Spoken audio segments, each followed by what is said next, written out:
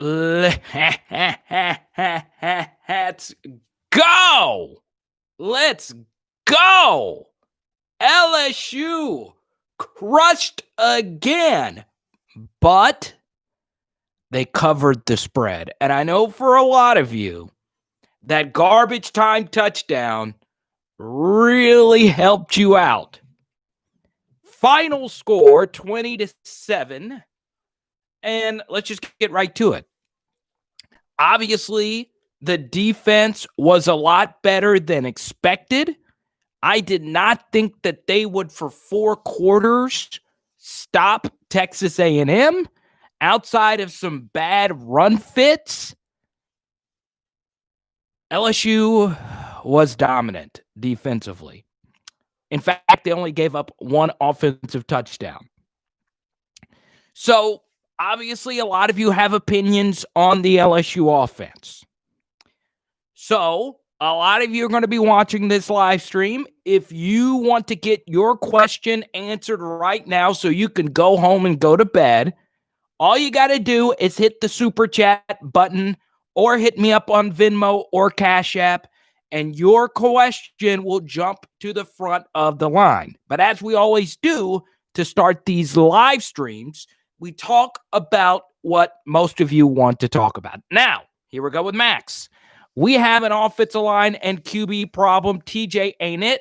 And I don't think Max Johnson is either. We need Miles back badly.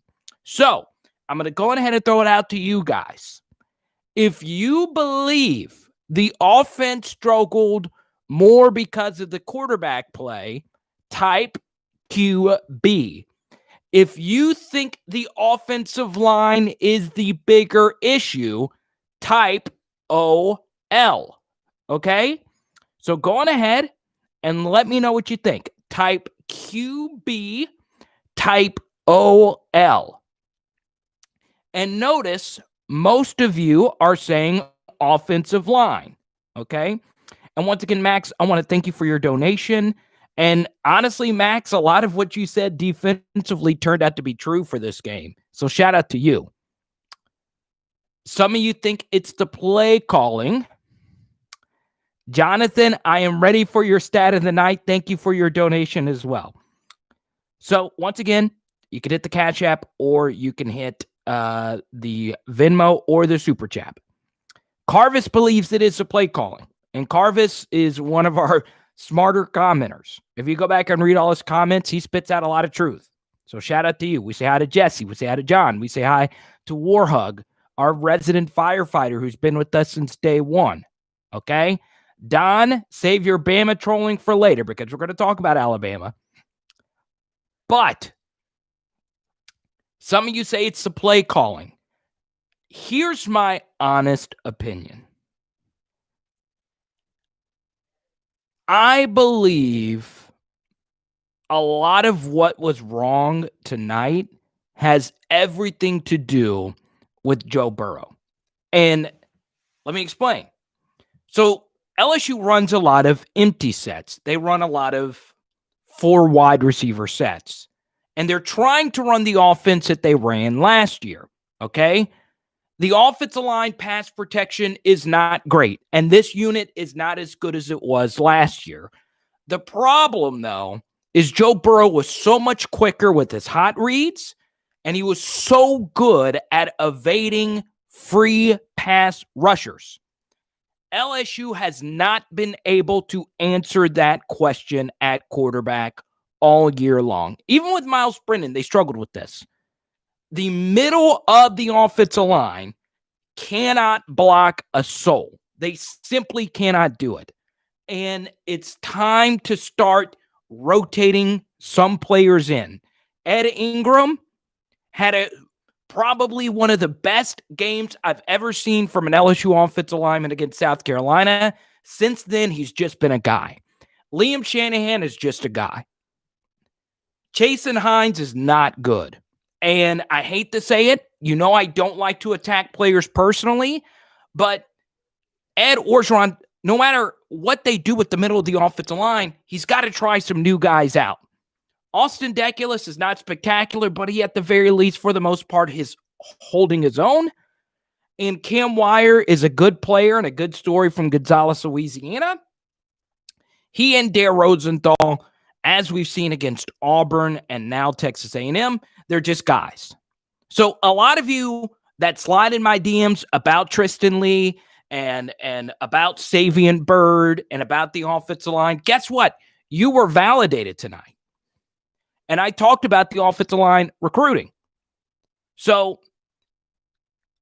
I'm just going to let you know that it is a mix of both. So to answer Max's question right off the top, and Warhug, you just dropped a donation, so you could throw out any question you want. But to answer Max's question, a lot of this is true freshman quarterback play. A lot of this also is bad offensive line play. And something else you should know is that LSU, and I hated this early in the year, they rotate too many wide receivers. What made last year's unit so good is that they had a top 3 unit. And those 3 guys developed chemistry with the quarterback with what is called hot reads. How many times did you in this game see LSU hit their hot read, which is a quick pass in the direction of the blitz? You didn't see it at all. So it is a mix of that. But Ed Orgeron, his loyalty to this offensive line unit is baffling to me. It doesn't make any sense. And I believe, even though they're 3 stars, Marlon Martinez and the Hill kid deserve some snaps. Cardell Thomas, throw him out there. See what happens. Anthony Bradford, throw him out there. See what happens. Mix some guys up. But that unit was whipped tonight. And all Texas A&M did was crowd the line of scrimmage, and they couldn't tell which way the direction of the pressure was coming. So, to answer Max's question, it's true. Now, Max, thank you again with another donation. Deculus is flat-footed. A quick edge rusher gets him every time, and he did get whipped on that one play deep in LSU's territory. Just watch film on the Clemson and Auburn games. I agree. Austin Deculus is a very good player. But once again, I always, judge tackles to Andrew Whitworth and Saron Black. Those were the 2 best tackles LSU's had, and then Lyle Collins. But he played mostly guard. Austin Deculus is not on that level. He's probably a grade below. Now, to Jonathan's point, LSU had 10 3-and-outs. Last time they had 10 or more, 2011 national championship game against Alabama. Before halftime, they had 2 3-and-outs in a span of 32 seconds. Jonathan, thank you for your donation. Always with the good stuff. So, we'll get to Alabama in just a second, Cliff. Eastside Kane's been with me for a while. You can't do that on the offensive line, though. It's about chemistry and continuity, ain't it? And that's the point, Kane. It is about chemistry. It is about continuity. The problem is this unit has been together for this long, and I'm going to be honest. I rewatched every LSU football game. I've never watched one LSU football game and been like, dang, Liam Shanahan is dominating. Dang, Chasen Hines is whipping people's tail. It simply hasn't happened. The offensive line recruiting has not been great, and it showed tonight. It showed. So, some of you say this is Scott Linehan, and some of you say this is Steve Ensminger. The play calling wasn't great. I thought it was pretty good against Arkansas, all things considered. I thought it was good against Auburn. TJ Finley just made those big mistakes. So, it's just that simple. So, Warhug, you threw a donation out there. Warhug, anything you want to mention, we will get to you in just a second. So, there is no chemistry on the line. Absolutely none. How many in the yes. And King Ulysses is right. Now, I will also point this out. Before the year began, and people that have watched my channel, like Ulysses, for quite some time, the same thing can be true. Now, look, there's 76 of you watching right now. I need all of you right now to hit the thumbs up button. Please hit the thumbs up button. And if you can, share this on Twitter. Share this with a friend that would be interested in honest LSU discussion. Okay? You know, let's go ahead and throw it out there because this seems to be what a lot of you want to talk about. Who played better tonight, Max Johnson or TJ Finley? Who do you believe was the better quarterback tonight? Or should, like Tommy mentioned, Zach Van Rosenberg, maybe try him at quarterback? Baseball star. He's been your best player this year. Tremaine, you've been with me for a while, even before the channel even started. So Cody makes an interesting point that there was no difference. All right. And you know what? I would agree with that. I don't believe that there was much of a difference between the two of them. And I know Max Johnson had that touchdown in the end. You know, we would be lying to ourselves if we didn't say that that was a garbage time touchdown. You know, plenty of quarterbacks have scored garbage time touchdowns. The only difference was Max Johnson didn't make a back-breaking mistake at the end of the game. But you also have to remember this. TJ Finley was robbed of the touchdown against Kayshon Boutte. Now, that's not an excuse as to why LSU lost this game, but it was a call that didn't go his way for the second straight week.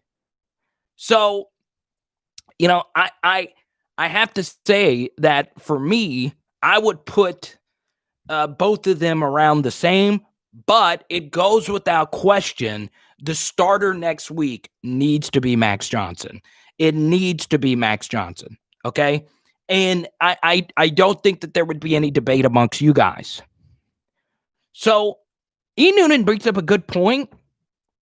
And the reason why I'm not going to address it now is because Ed Orgeron's going to hit the podium. And I'm sure someone's going to answer this. Why didn't Elias Ricks start out playing the game? Well, number one, we don't know that. Number two, LSU defense was good tonight. You know, we've made it a big deal about Cordell Flott. He was only beaten bad once tonight. He was really good. And he wasn't really just good against the pass.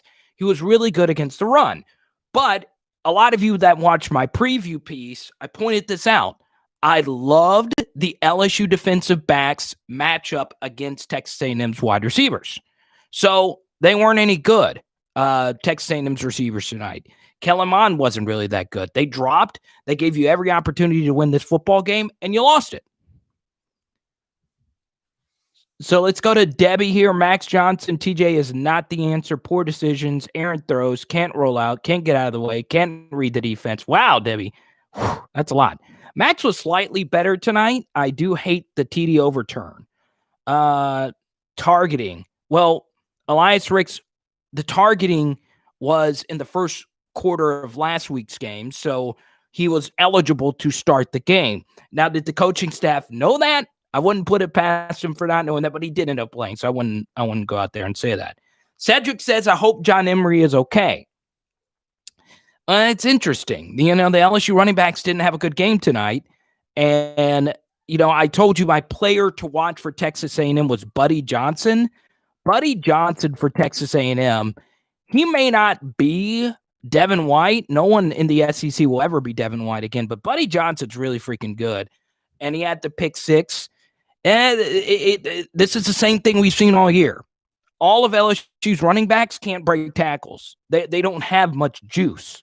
So the run blocking is expounded and made worse because all the LSU running backs this year, Ty Davis-Price had a really good game last week, but that was against a really tired and pandemic hit Arkansas defense. You know, we got to start calling a spade here. The run blocking's terrible. The cohesion is terrible. They don't know how to communicate. They don't know how to pass off blocks. They don't know how to get to the second level. One of your centers is an Ivy League transfer. Your guard is a former defensive tackle. Your left guard, and Ingram, has showed up some games and some haven't. Your left tackle is a former defensive tackle, and your right tackle is the only top 10 prospect on your line. And you watch Alabama's offensive line earlier. That is all five-star offensive linemen. They pummeled a really good Auburn defensive line. So, as Jonathan points out, thank you for your super chat, Jonathan, and your monetary support of this channel and our movement. I want you guys to read this. Ty Davis-Price, yards per play, 0, 1, 3, 2, 1, 2, -1, 0, 6, 3. John Emery's the same way. Chris Curry's the same way. Everything is a step down from last year. And it's not just a step down, it's a considerable step down. Running back is a step down. Every position outside of right tackle, because Deculus was the starter last year, even Deculus's play has gone down. So the regression, the fact of LSU's lack of adjustments, once again, this was a second half where LSU, if it were not for a late touchdown, that they were out-coached and out-adjusted again. And that's the thing. If LSU's not winning at halftime, they're going to lose the game. They're going to lose the game. We've seen it. Is this an inexperienced team? Yes. Was this the first time we've actually seen this defense play up to their capability? Yes. But this is what poorly coached, poor football IQ teams do, and very young teams do. They don't put it all together. It's always, well, we did this, but we didn't do that. Well, we were dropping passes, and this game it was too many INTs, bad pass. It's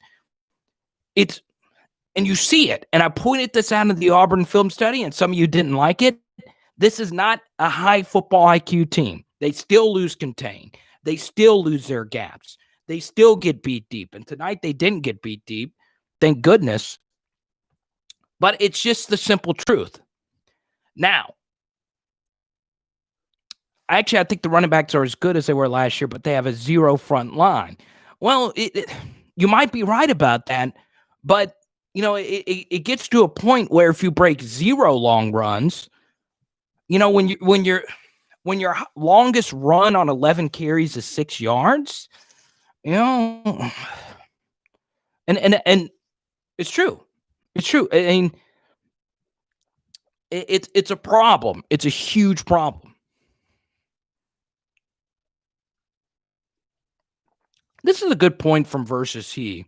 And let's go to Tony's Super Chat real quick. I know we lost tonight, but our defense played well enough to show that A&M's offense isn't as good as it made out to be.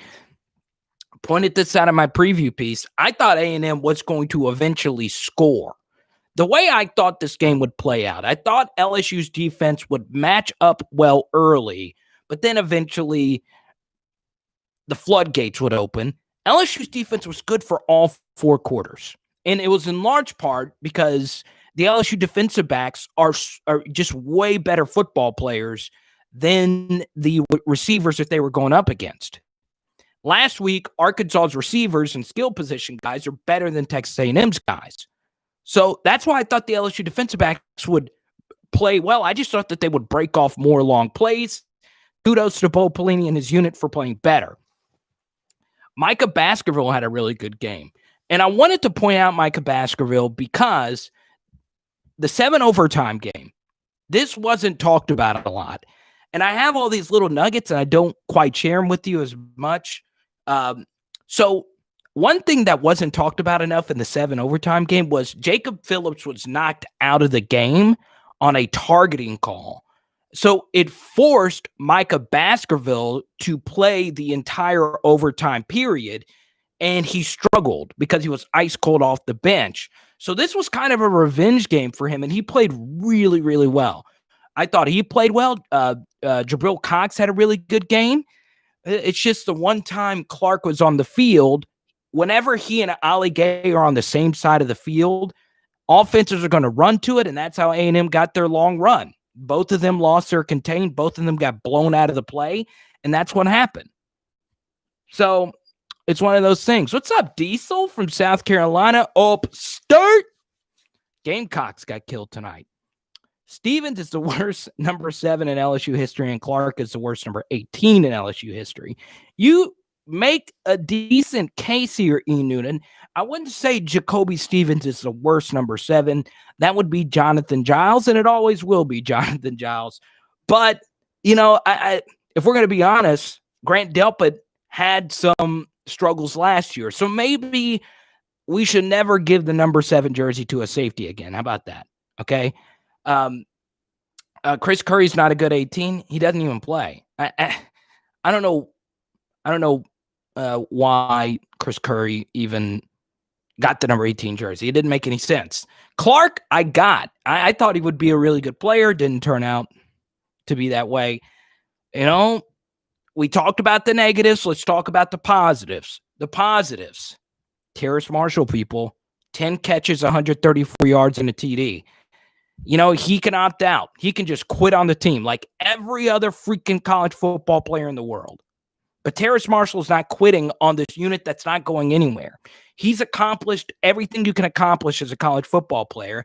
And, he's still sticking in there. So I'm very fortunate that number 6 is still out there because he could have given up. And, if we're going to be honest, when Jamar Chase opted out, maybe Terrace Marshall deserved the honor of wearing the number 7 jersey. Kayshon Boutte played okay. Jure Jenkins played okay. I would like to see that 3 wide receiver unit play the entire game and keep Eric Gilbert at the tight end and then play whichever running back. I don't care up to this point. So it's one of those things.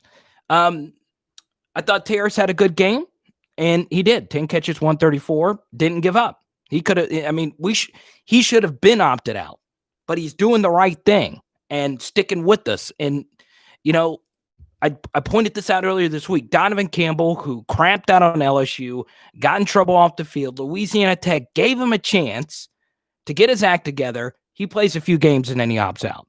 So Terrace Marshall's doing something that's really rare, and he deserves it, okay? Also, on the defensive side of the football, all right, let's be fair. The defense played really well. If I'm going to give some game balls out on defense, the first one's got to go to Cordell Flott. Clearly the best player on the field tonight for LSU, and he's been through it all. You got to have a huge, huge, huge chip on your shoulder to go out there and play as well as he did, okay? So the bottom line is those were the 2 best players. Micah Baskerville had a really good game. Todd Harris did his job, which, that's 2 good games in a row from him. And Stingley and Ricks and Jay Ward were dominant. So we'll see. Kayshon Boutte, this was the first, okay, kind of looks like Jamar type of game we've seen from him. And Jabril Cox, second straight week in a row, plays a good game. So LSU is starting to get a little bit of cohesion there. But next week, they play Alabama, and we'll see. Can Derek Stingley Jr. slow down Devonta Smith like he did A&M's wide receivers? It's going to be a completely different animal this week. So let's go to Leandra, because Leandra and I talk about this a lot, okay? And Max points out here with another donation. Thank you so much, Max. Kayshon reminds him of a young Jarvis Landry. He, Louisiana guy, I love it. 5-star, I love it. So maybe Sage Ryan, maybe Derek Davis Jr. is a missing piece. But, I feel pretty good that all those guys that were on the field tonight at corner are coming back next year. So it feels great. Let's see. Diesel, TMI. 21 should be a good game. Palmer needs to play more. So Trey Palmer. Who would you bench? That's the thing.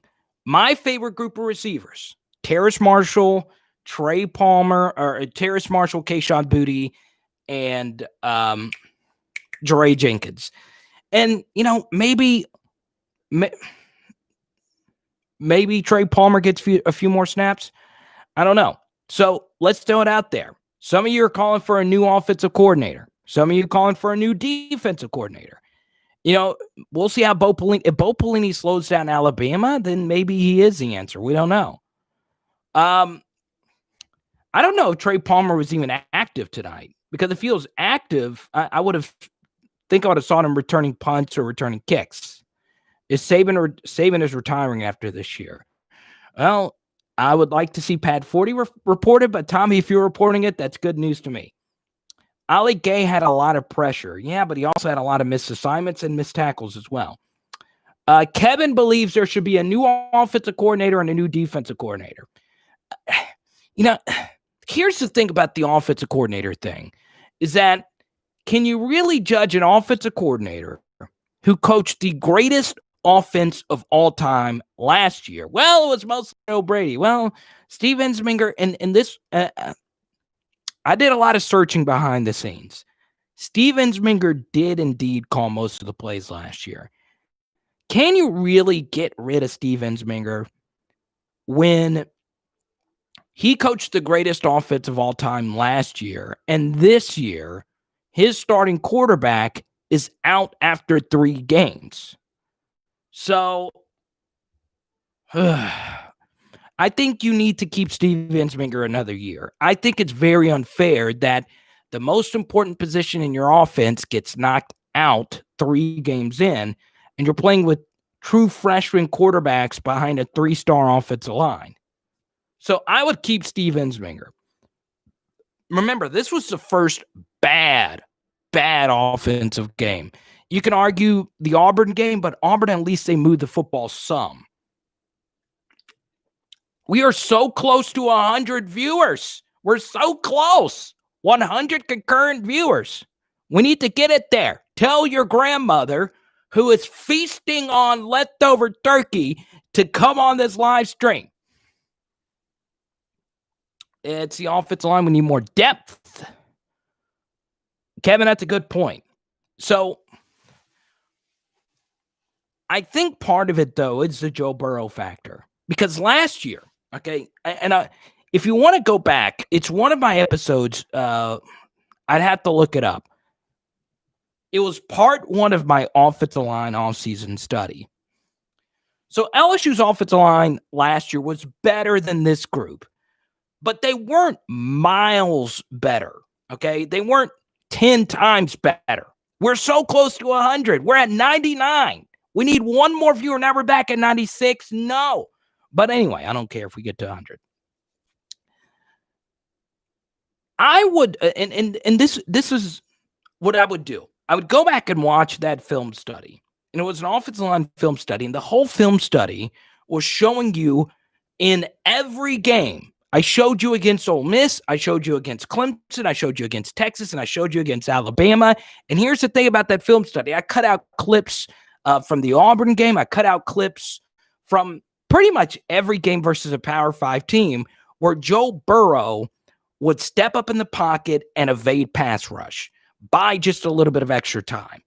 He was always the smartest guy on the field. And he covered up all these holes on the LSU offensive line when their protection would break down.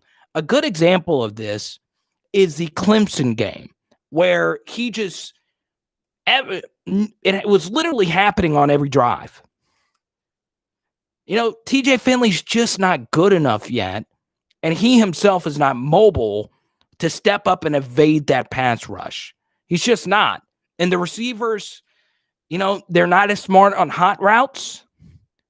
The protection just isn't good enough. And quite frankly, I just don't know if the talent is there for offense right now. Is it offensive line? Is it receiver? Is it running back? I think it's a little bit of everything.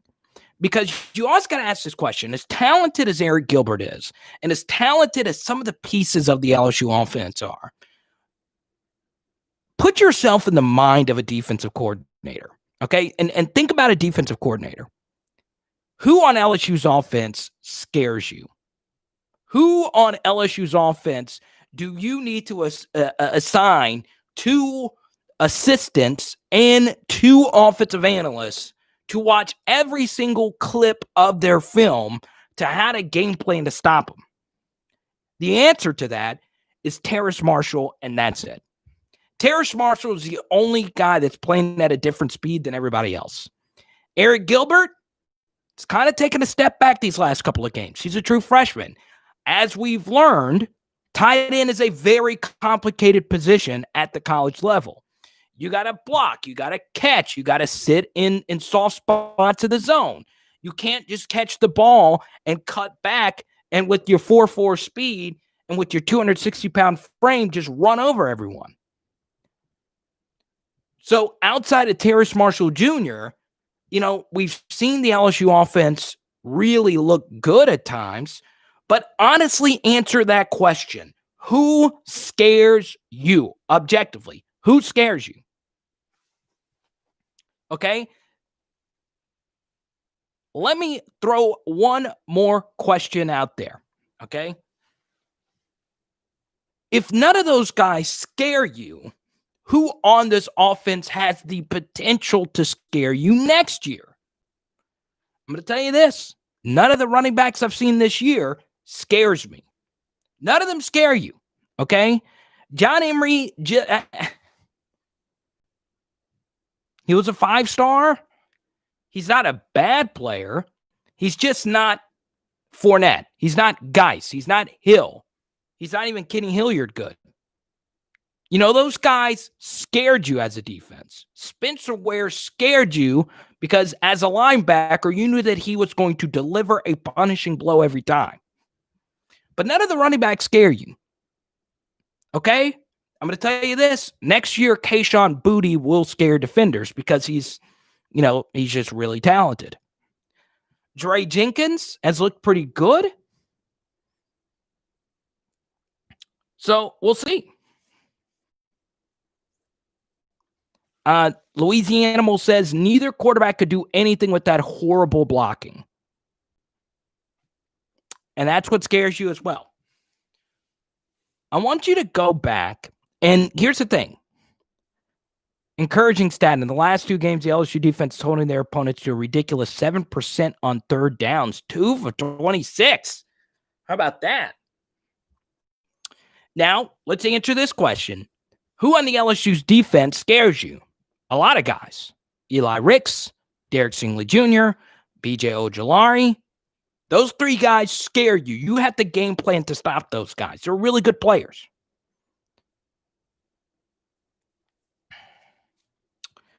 So, we'll see. Imagine Lafayette with an extra $40 million a year. Imagine LSU without it. What do you mean by that, Diesel? Are you talking about game revenue? So, yeah. Which offensive lineman do you think, like, for instance, have you seen anything from Chasen Hines to make you think he's going to be Will Blackwell next year? To make you think he's going to be Lyle Collins next year? No. Do you think Liam Shanahan could be Ben Wilkerson next year? Do you think Ed Ingram is still invested? You know, he had the great game against South Carolina. What's up, Chillmonger? What's up, James? Cliff, still waiting on what LSU said all season about Gilbert going deep one-on-one versus man coverage. I know. And here's the thing. They went to him against Arkansas and he dropped it. Can't have any deep routes without an offensive line. And you can't have it without a running back that scares you. Here's the thing. Safeties aren't going to creep into the box if the running backs can't even get past the linebackers. So that's the problem. Is that Texas A&M's front 7 and just that team in general, tons of seniors. They started 4 seniors on the offensive line. 3 of their starters on the defensive line are seniors. Both their linebackers are seniors. That's not the case for LSU. A lot of first-year starters. It could just be inexperience. But here's something else you got to ask, okay? And this is where you have to ask a question about Ed Orgeron. And he is recruiting a national championship level class, okay? What we've seen so far from the class of 2020, you can win a national championship with this class. Class of 2021, a third-ranked national class, you can win a national championship with that class, right? My headphone just broke. Look at that. Maybe some of the coaches' headsets were working like this tonight. And here's the thing. I don't even need... See what I'm talking? I'm working. That's why you got to donate to the live stream. Our electricity went out for a live stream and a bunch of donations. This was not planned. But anyway. That's a good question, Yusha. So let's bring that up, okay? We're 30 minutes in. What do you think Coach O was yelling to TJ? And here's the thing. Did it look bad on national TV yelling at a true freshman quarterback when nothing was going right? Yeah, it looked bad. Was it justified? Absolutely. And the reason why it was justified is because you can't throw pick sixes. You simply can't. And this is now the third time in 4 starts that TJ Finley's thrown a pick six. Okay. And this is actually his fourth turnover that has led to a pick six or a near touchdown. He had one against South Carolina. He had 2 against Auburn. So you have to scream at him to eventually get it into his head that you can't do stuff like that. Okay, that's why quarterback's so complex, because it wasn't his fault necessarily that the pick six happened. They confused him. He's a true freshman. He was playing at Ponchatoula High School. They used to run the option. So, and they didn't run the option when he was there, but, it's a completely different offense. Now,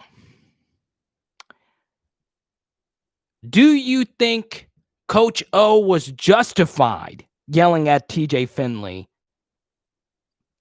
like that? Do you believe it? And some people say that is over the top. Do you, let me be clear. Let me throw the question out there. Were you okay with Ed Orgeron berating TJ Finley like that? And the reason why I'm okay with it, and we're going to get to the offensive line in just a moment. The reason why I'm okay with it is because when TJ was getting recruited, Ed Orgeron visited his house a lot. So Ed Orgeron knows his family. It's not like Ed Orgeron's a new coach and he doesn't know the guy personally. So like Larry said, it depends on the kid, but I'm perfectly fine with it. I personally would be okay with it. Now, if this was a new coach or if this was an assistant, I'm fine with the head coach doing that if that was established beforehand. And it's the truth. This is well documented. Ed Orgeron put in a lot of work recruiting TJ Finley, even though he wasn't going anywhere. And he was only a 3-star, and he was from Louisiana. Still put in a lot of work. And, he yelled at Joe Burrow his first year. So if it wasn't known that he never did this, he does do this. I'm fine with it. Now, it depends on what he said. Okay, if he said something like just horribly demeaning or personal, then maybe. Still, I'm okay with it. I'm personally okay with it. Some people aren't. So for me personally, when I played sports, I was just a high school varsity soccer and football player. My parents were okay. Both of my coaches were like that to me. My soccer coach in particular. I'm fine with that type of coaching. He didn't put his hands on him. He didn't shake him. I'm okay with it. We say hi to SPH. So, but a lot of people don't like coaches yelling directly into the face of someone. E. Noonan will get to recruiting in just a moment because Brian Thomas Jr., he's not coming to LSU. I think this is a Bama or Texas A&M battle. This is going to sound weird, but you would rather him go to Alabama than Texas A&M, because if he went to Texas A&M next year, he's probably going to start. So yeah, but if you want to talk recruiting, I'm just going to throw it out there. If you want to throw a super chat, we're going to throw the super chat shout out in here in a moment. Venmo or Cash App. Here's the thing. Booger already went to bed. I don't know if we're going to get a Booger sighting. Let me text to see if we're going to see Bugger, because some of you just want to see Bugger. Okay. Yeah. If she's asleep, it is kind of late. 10:41. Only us LSU football psychopaths aren't going to go to bed right now. Yeah, Nick Saban yells at the quarterbacks too. So most of you are okay with it. But you also got to remember that a lot of us think the same way, right? We don't mind it. We don't mind hard truth. If you're a fan of my content, you can understand that sometimes you got to get yelled at. I've been yelled at a bunch. It's 11:41 in South Carolina. Yeah, not gonna lie, Patrick Surtain has been pretty incredible for Alabama. But how big was it? Because if you got Derek Stingley Jr. the next year. Did it suck? Yes. Has Surtain been good for 3 years? Yes. But it wasn't the be all end all, but still he's a really good player. The Demarius McGee, I read about that. I saw Shea was writing about that. So, then you only have 2 slots left. And as you could tell, the biggest position of need right now is offensive line. You're starting 2 converted defensive linemen right now on your offensive line. And I actually did a video about this in the offseason. I thought it was going to work. And remember, Joseph Evans, before Liam Shanahan transferred, was slated to be the guard. So LSU was slated to start 3 former defensive linemen on their offensive line. We'll see. Well, SPHU played. So, coaches yelling like that, it's normal.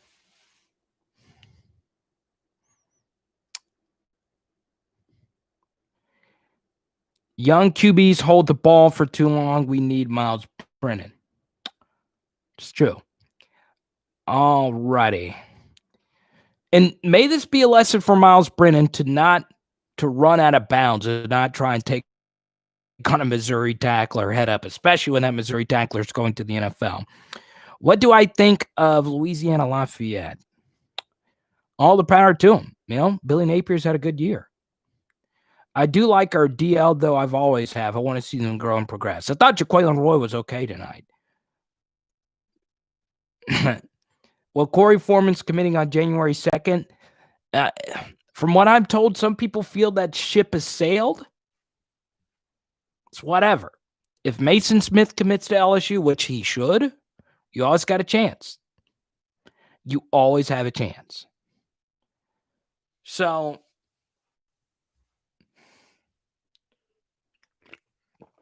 now Patrick Surtain's really good. I mean, I watched him today.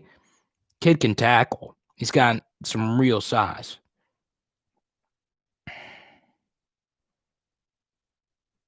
Chase and Hines and Dare have NFL potential. Who do you think is better, UL or LSU? Ooh, on a neutral field? I think LSU would win. I do. Wait, Nate Robinson got knocked out? Didn't he fight a YouTuber tonight? Did Nate Robinson fight that? He got knocked out by the YouTuber?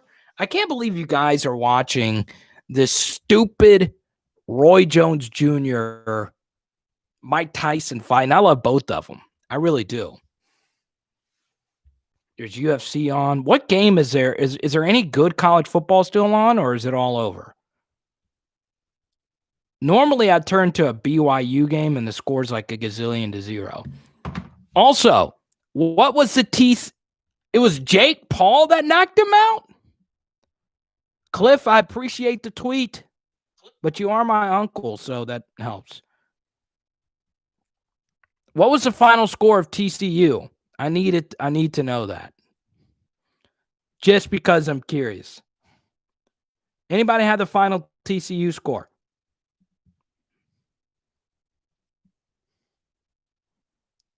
I know, Debbie. Why are you surfing for a game? You should just be watching LSU offensive liner Nate Robinson. So apparently we're getting an influx of viewers from Nate Robinson. He's gone from dunk contest to, let's see. TCU covered. Perfect. 59-23. Thank you, UL. Perfect. Wait, what's 23 plus 23? 46. Okay, good. They covered.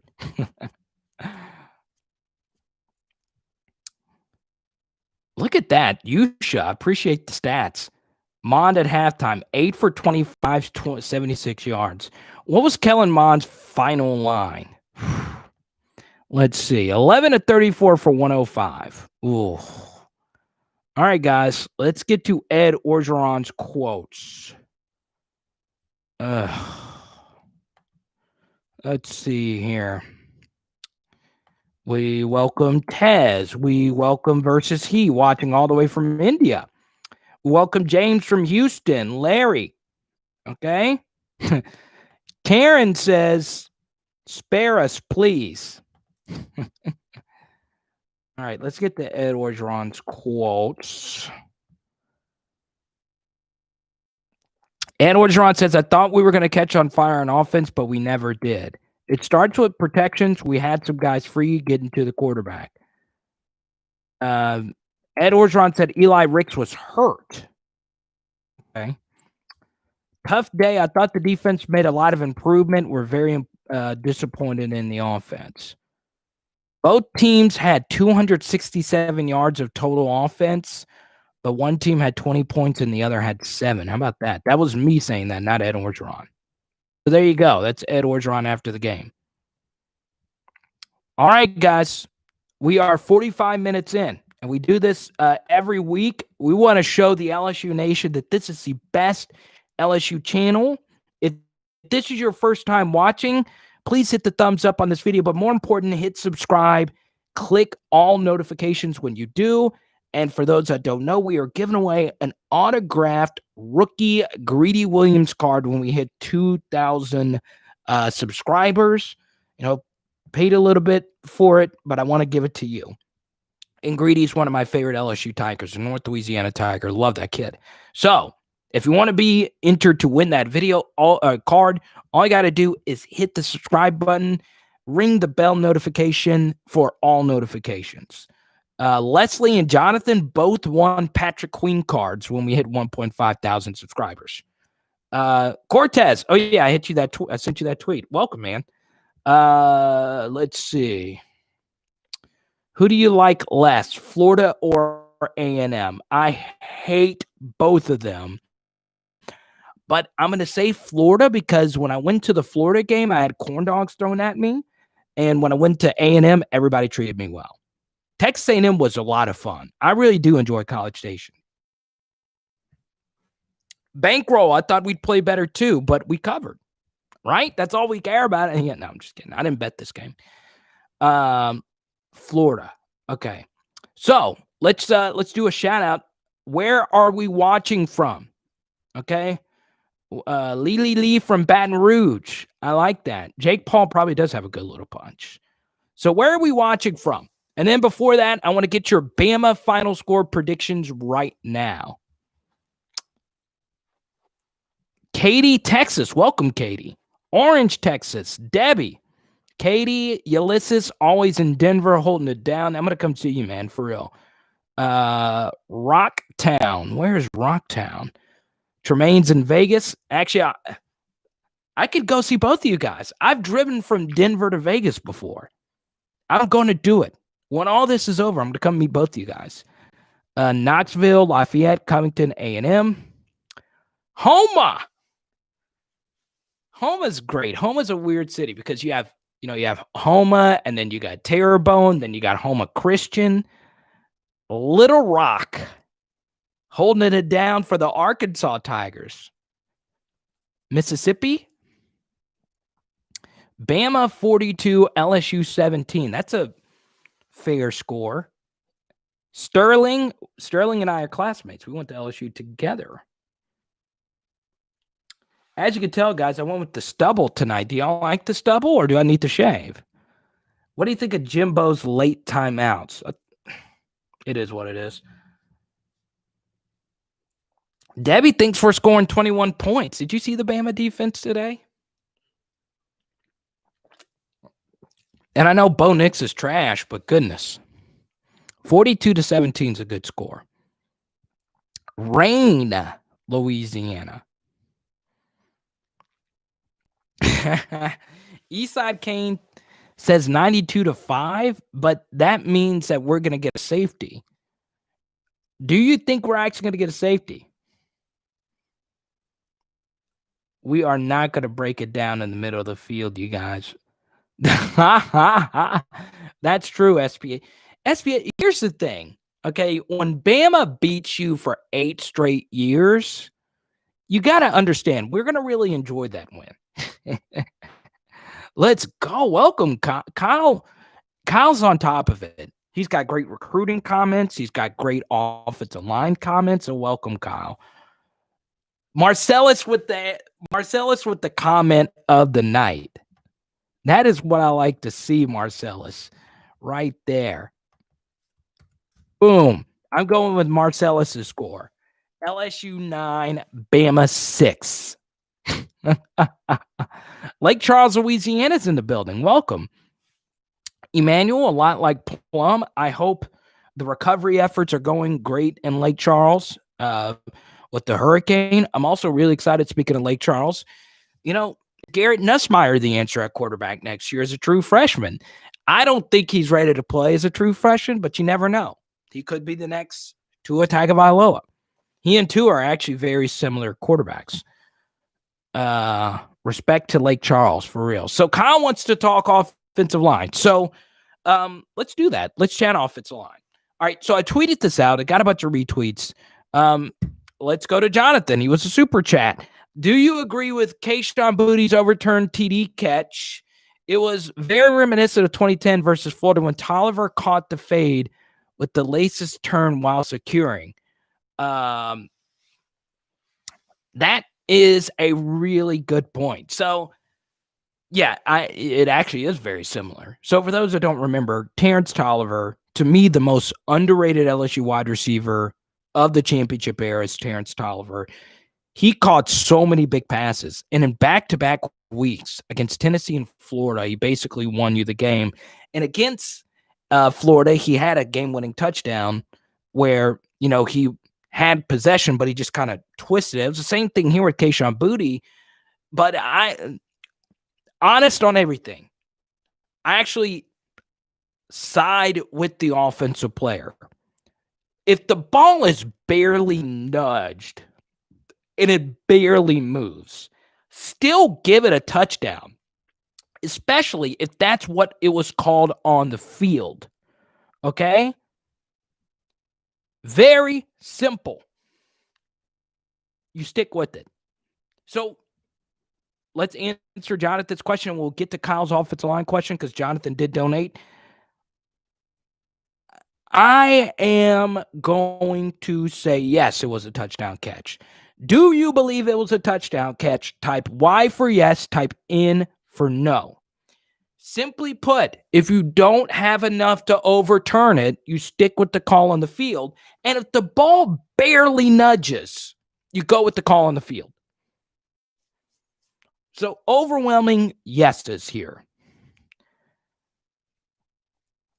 I know, Bankroll. You got to understand, though, we talk about this all the time, okay?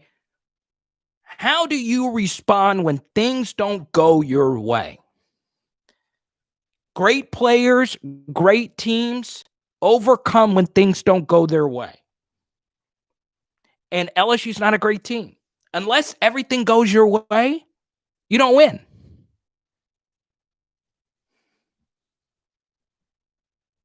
I don't know what a TD is anymore.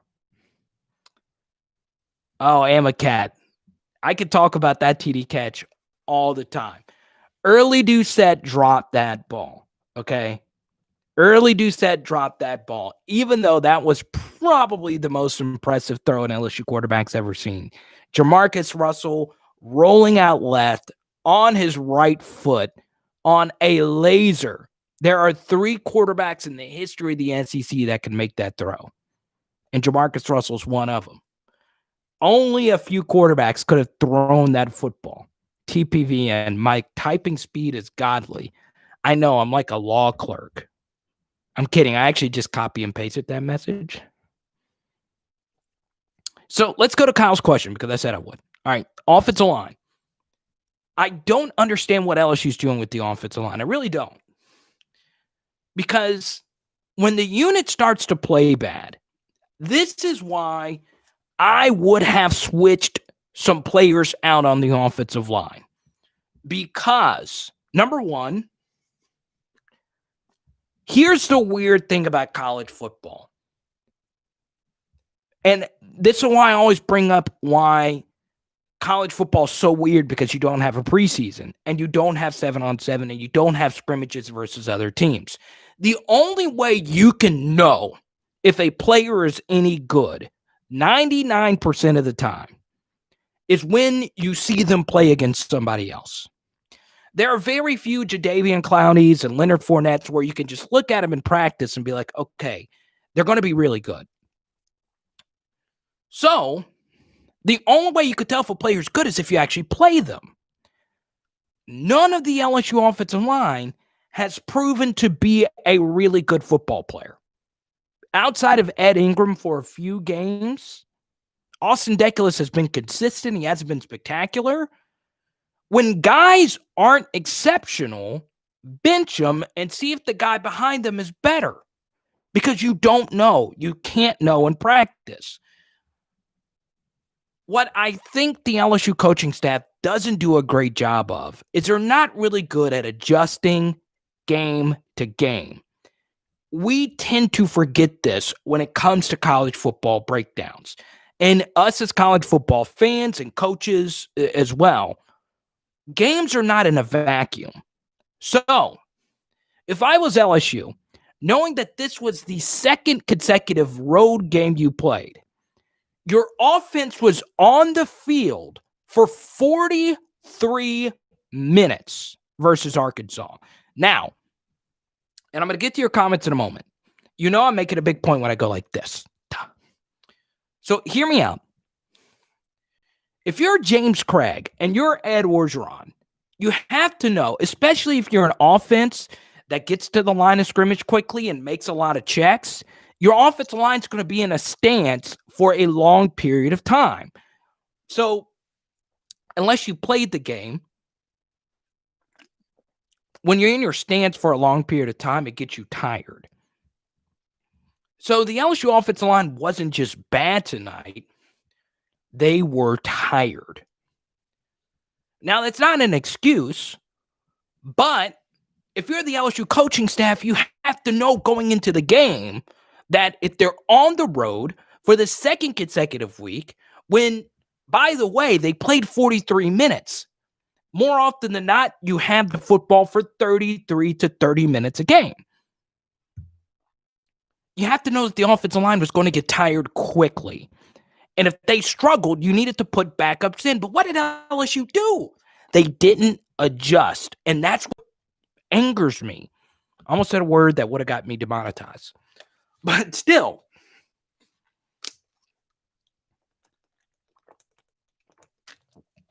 they're tired. They're very tired. And here's something else. One thing that they were also bad at is communication. So what I would have done is had a backup guard ready to go and say, look, you need to tell the other offensive linemen that if the blitz is coming from this direction, you pick them up. And if they come from this direction, you pick them up. But what did they do? They kept running out the same unit every single play. You don't know if Marlon Martinez is not the freaking next Alan Faneca if you just ride him on the bench. At least give Marcus Dummerville some stupid snaps.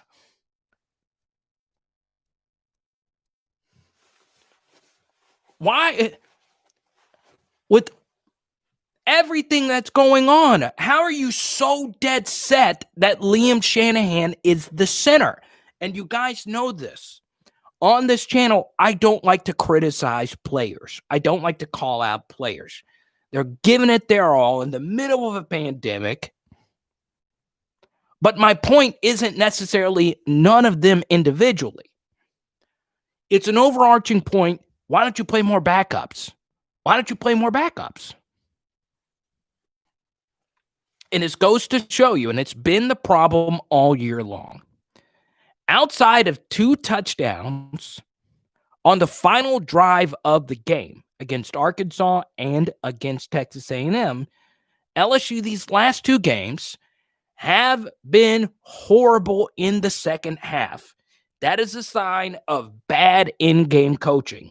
And the reason why it's bad is that LSU is investing millions upon millions of dollars. I want you to really think about this. So, Steve Ensminger, who deserves a seven-figure salary after what he did last year, LSU has a guy that doesn't even call the plays, and Scott Linehan, who's making $800,000 a year to be the assistant. Okay? Then think about all the analysts. Think about all the assistant to the analyst. Think about all the stat that you have that you're getting paid, that you're paying. And none of them are suggesting changes. None of them are going to James Craig and saying, look, maybe we should see if Cardale Thomas is any good. What good does all the hype and fanfare of Anthony Bradford and Cardale Thomas and Marcus Dummerville, what good does it do if you never actually see what you have?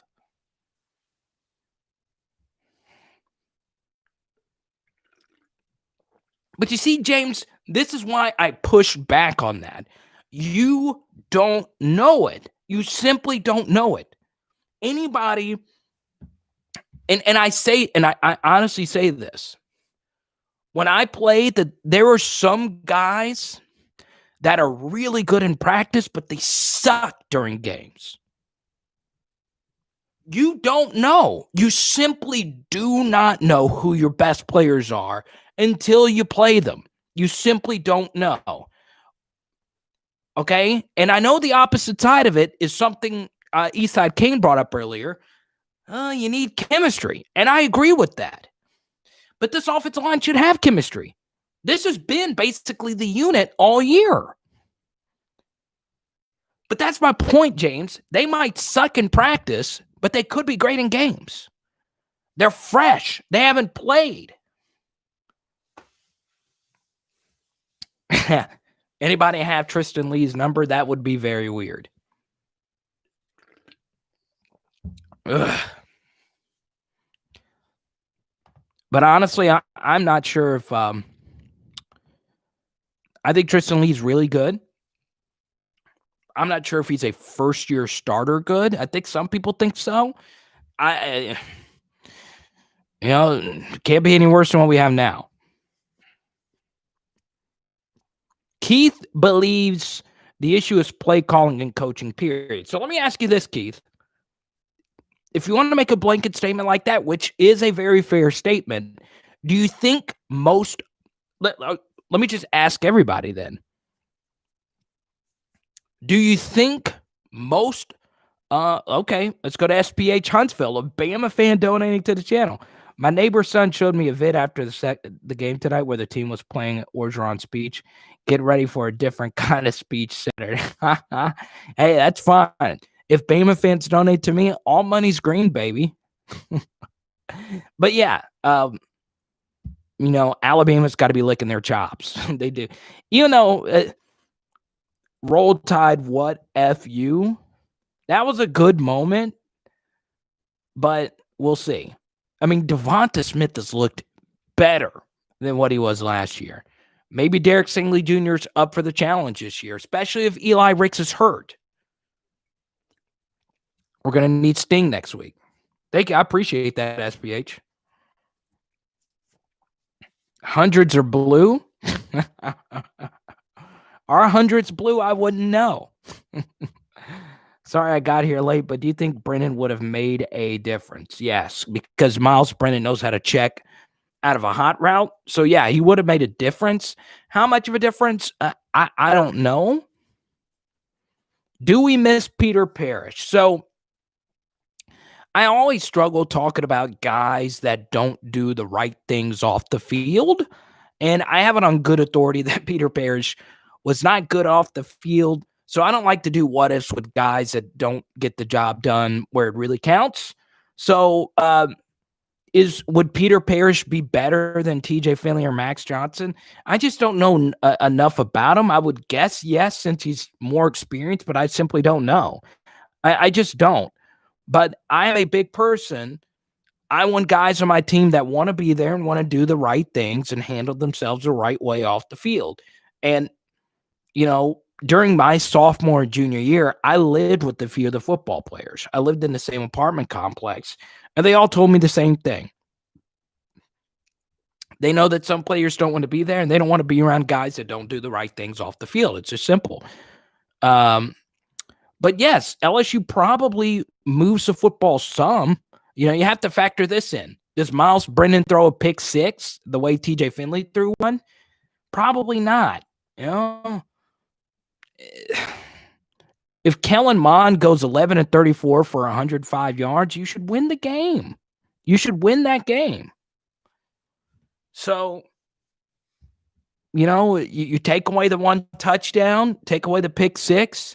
I don't like to do the revisionist history stuff. It's a totally different game with Miles Brennan at quarterback.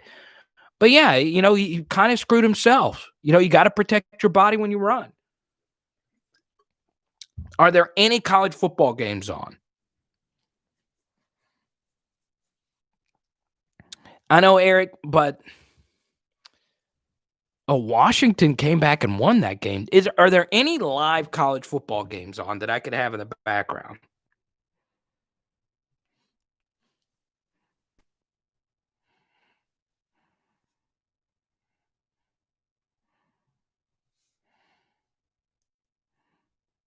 Let's go to all FBS. Is there not a stupid Hawaii? You give me Hawaii? And it's on Spectrum Sports? King Ulysses, you're right about that. Yeah, actually, you said that multiple times in our last live stream. College football final? I don't care about college football final. Bring back Lou Holtz and Mark May, the good old days. Kyle, we actually spent 5 minutes on it, but I think everyone was okay with it. I do. Here's why I'm okay with it. In large part, because Orgeron did a lot of personal recruiting into TJ Finley's household. This wasn't, that was a priority recruit for Ed Orgeron.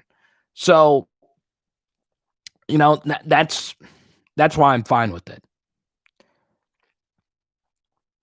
What have TJ should have done on the pick six play? So here's what happened on that play. Okay. What he thought would happen was a blitzer would come off the edge and the running back would be wide open in the flat. And the blitzer, Buddy Johnson, it wasn't Buddy Johnson. He was the one that had the pick six, but the blitzer didn't come. He thought the hot check to the running back would be wide open. It wasn't open. So it's simple. He shouldn't have thrown that ball. He should have just taken the sack. And a lot of it is getting rid of the ball faster.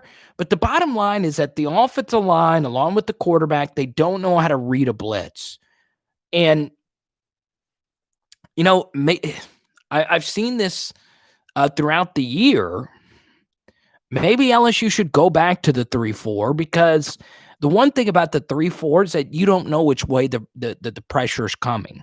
If a defensive line is lined up in a 4-man front, you kind of know where your pressure is going to come from, unless you're running stunts with the defensive line. Wait, is Kane and SMH going at it in the comments? I like it. This is what I like, baby. I don't mind a little juice, baby. We're going to shock the world and beat Bama. Let's do this. Let's go. Let's go. I'm going full LSU, non-objective analysis. I'm going against everything that I've built this channel on, okay? I am legit painting my face purple and gold and not taking it off until Saturday. Let's go.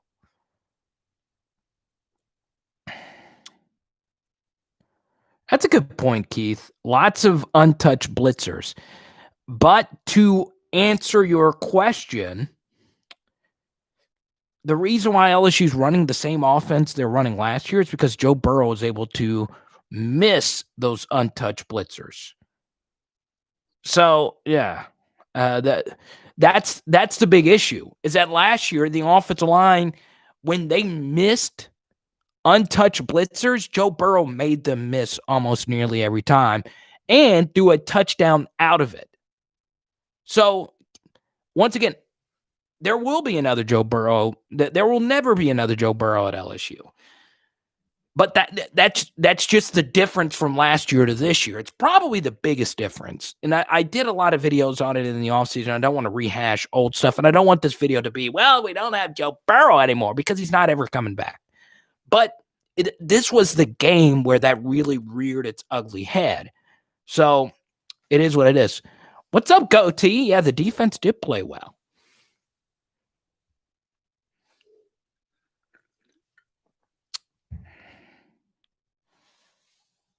Bama has been losing 9 to 10 players a year after year after year for the last decade. I don't want to hear that. Sorry. Well, here's the thing, SVH. Bama has been losing that many players, but LSU lost an obscene amount of players and coaches. Now, there were some years where Bama lost a lot of players and coaches, just not quite to the level of LSU. And, if we're going to be fair, Bama's offensive line recruiting is that much better than LSU's recruiting.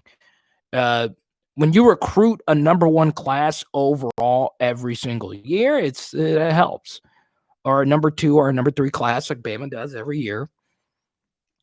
Legit, every starter on Bama's line, and you might correct me on this, SBH, is a 5-star. Leatherwood was a top 10 recruit nationally. And he had kind of an iffy game today, didn't he?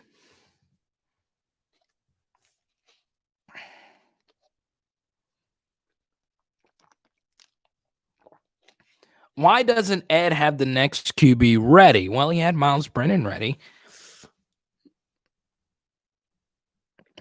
But this goes to show you, and I know I did 3 videos on this very subject, but the Arkansas game was a bunch of smoke and mirrors. LSU had to have everything go their way that game. They had to have the 3 weeks rest. They had to have Arkansas's defensive. Remember, Arkansas's defensive line lost 6 starters, or 3 starters and 3 top backups. Chillmonger, you're right about that. And thank you for the super chat. TJ taking lumps this season will pay dividends in the future. He just needs to hang in there. He has some tools to build on. But here's the thing, Chillmonger. To answer that, is TJ Finley the answer? So, let me ask you this. Who do you feel more confident with moving forward this year? TJ Finley or Max Johnson? And Tyler, will get to your comment in a moment. Who do you think is the better quarterback? TJ Finley or Max Johnson?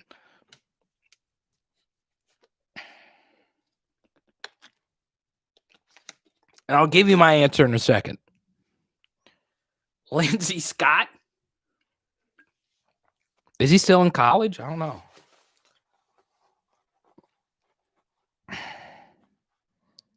Max, TJ, Max. So it's 50-50 split right here. Max, of course you're going to pick Max, since y'all are related. Kidding. By the way, Max, you were the first donator tonight, so I really appreciate that. I wonder where Tony is. I know Tony was in earlier. DJ Bucci. That is the name. Welcome, man. I hope you subscribe to the channel. We garbage.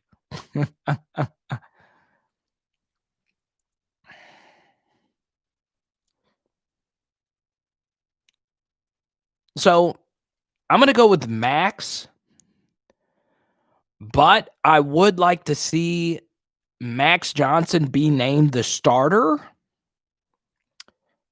And he actually get the first team reps and a defense prepare knowing that they're going to have to face Max Johnson the next week. Max has good footwork to you. Finley is an interception liability and a fumble liability too. Let's clone Joe Burrow. You can't clone Joe Burrow, man. I'm going to tell you this, okay? This is what scares me. Greatest LSU DB, Patrick Peterson. I could agree with that. If you want to discuss that, Larry, I'm down to. If you send a super chat or a Venmo or a Cash App, let's see if I've gotten one of those tonight. Gotta.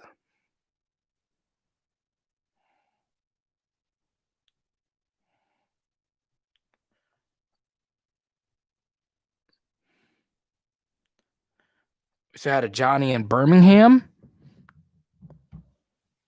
Y'all's DB should have been called for more pass interference. Jesse, no. What play are you even talking about? All over the wide receivers? Well, that was the same way the other way. You got to let it go, baby. Finley's arm talent can't be taught or coached. So Finley has a better arm. I think Max deserves to start against Alabama. I do.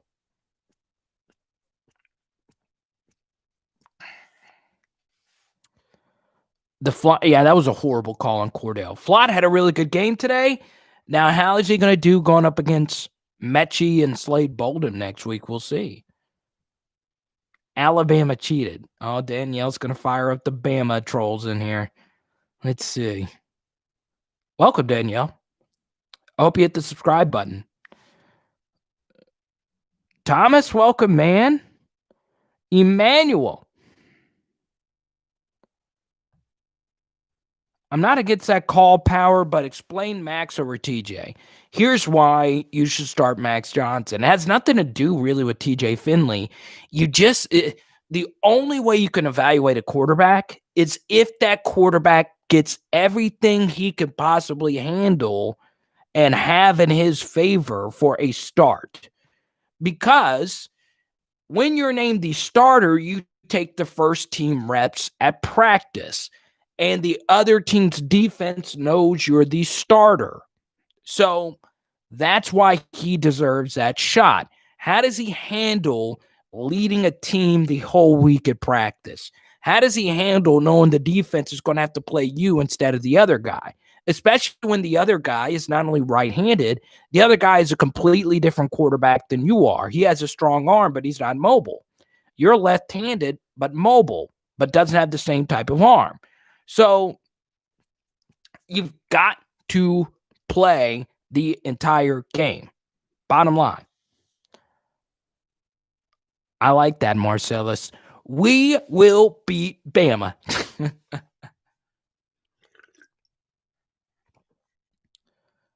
Danielle, what are you? Danielle's talking about Al Pacino in here. We can have an Al Pacino discussion. I thought Heat was overrated.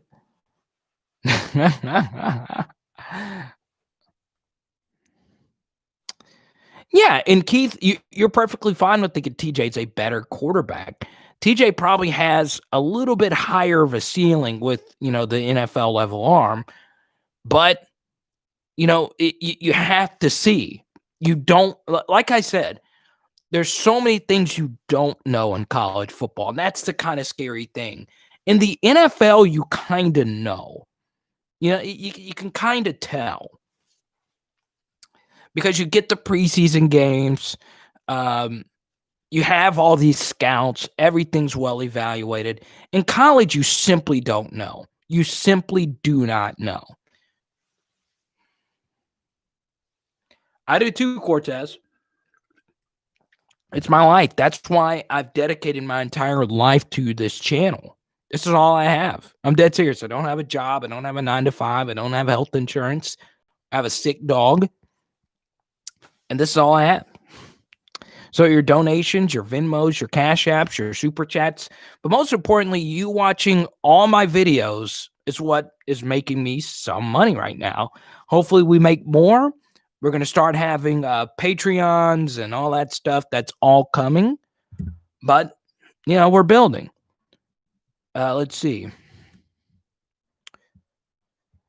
Well, Black Goatee, I mean, he is a little bit more mobile. We saw it. He's got that spin move pirouette out of a backside pressure to his arsenal.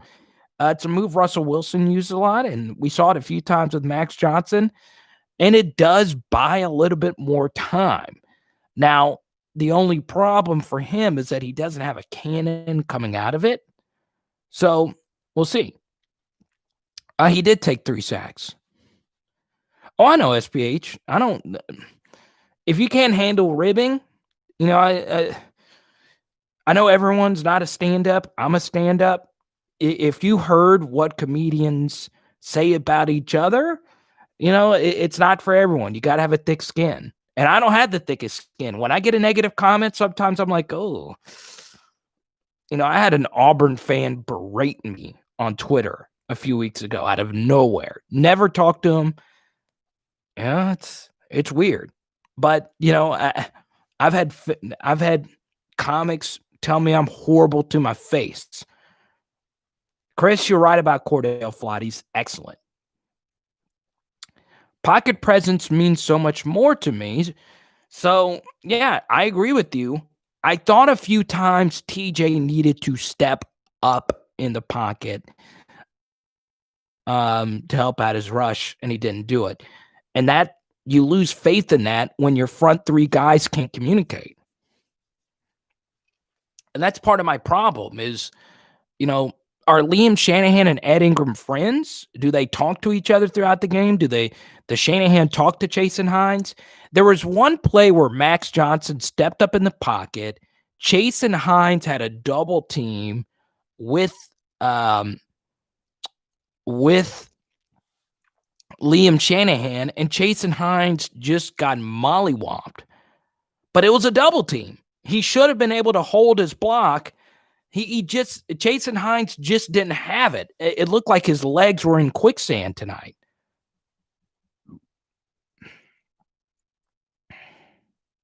You're right, Marcellus. Oh, Chillmonger, I appreciate that. But, you're human. Sometimes when you're told you're not good at I was talking about, we were talking about bad coaching from Ed Orgeron. My soccer coach, who's still one of my best friends to this day, went up to me my freshman year and said, "You are too slow to play high school soccer. You just got to live with it. You'll probably sit the bench the rest of your career." He told that to my face. And I'm a 9th grader with self-esteem issues. That was the best thing that ever happened to me. So sometimes you need a good ribbing. Sometimes you need that. And, that's not for everyone. That's not for everyone. Ankle weights. And that's the thing. I was still slow. I never got faster.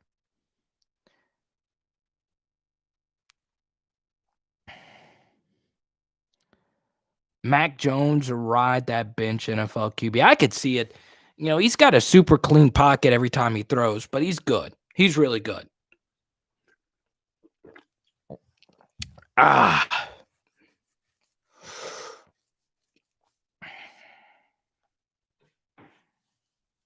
because he's still in college. That's funny. So, Kyle, we were talking about him earlier. That offensive lineman that committed to Louisiana Tech. Oh, you're talking about class of 2021, right? Let's see. D from the Ville. Nashville is in the building. Nashville is so underrated. I love Nashville, Tennessee. I did not watch LSU basketball. I don't really care a whole lot about LSU basketball now that I'm not on campus anymore. I just don't. I still collect some LSU basketball stuff, but it's just not my thing. Now I like basketball. If you go read my tweets, I'm a big NBA guy. I'm a big Pelicans guy. It's just not my thing. Ugh. Do y'all believe Bama scores 50? I don't know if Bama gets to 50.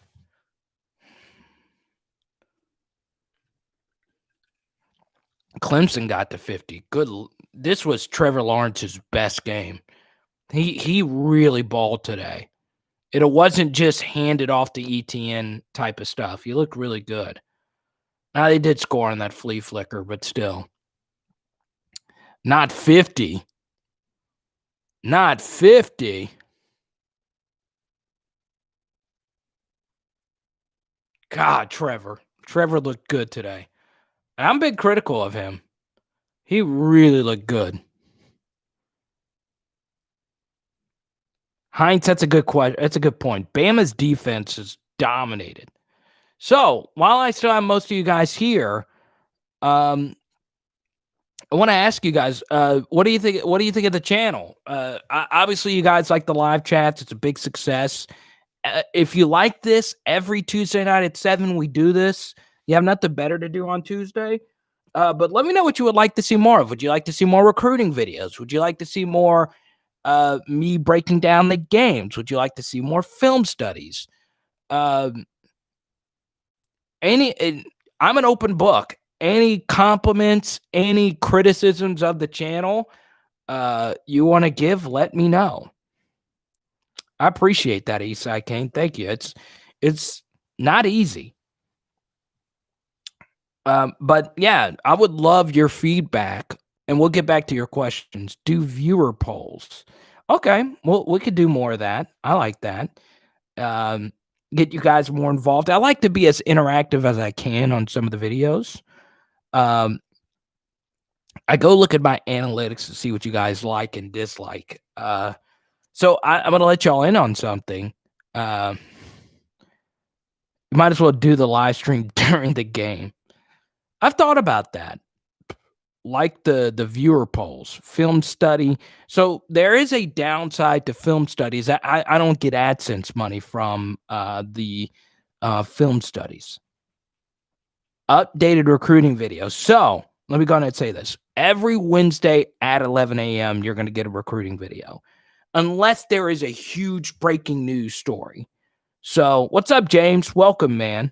I appreciate you, James. We got to get you press credentials. So it's funny. A lot. It's funny. We're just now starting this channel. I've had press credentials for a long time. And, you know, I cover a lot of LSU football games. I did a lot during the LSU, during my time as a student at LSU. I did a lot after my time at LSU. Do I like covering games? Yes. There is a certain science to it. It's not easy. I tell everyone that gets the opportunity to cover a game, they're really fun to cover. But there's only so much you can actually do. The downside of covering a game is that you can't actually go live right when the game's over. You can, but it gets difficult. But I kind of like this, you know, would I like to go back to a college football game? Yes. There's all 22 film from last year's team. I don't know if send it to me. I'd love to see it. So just to let you guys know, this is the most important thing. So I actually get analytics. I'm from Biloxi, Mississippi. That's cool. So I actually get analytics. Okay. This is the analytic that concerns me is most of my traffic still comes from the YouTube homepage. YouTube apparently is making a lot of money off my videos, so they show you my video whenever you log on. That's why I always say the most important thing for you to do is to not only subscribe to the channel, but hit the all notifications button, which means every time I do a video, you get a notification on your phone, okay? To let you guys know, every week, I tested it out this week, every weekday, Monday, Tuesday, Wednesday, Thursday, I'm releasing a new video at 11 a.m., okay? Monday, Tuesday, Wednesday, Thursday. Wednesday at 11 a.m., guess what? It's going to be a recruiting video every single time, okay? So every Wednesday, if you only like recruiting, you're getting a video at 11 a.m. on recruiting, okay? So when you press the bell, you get a little notification. It just comes up on your phone. The most important thing for you to do to the channel, the absolute number one thing you do is not only watch the video, but watch the video all the way through. That is the most important thing.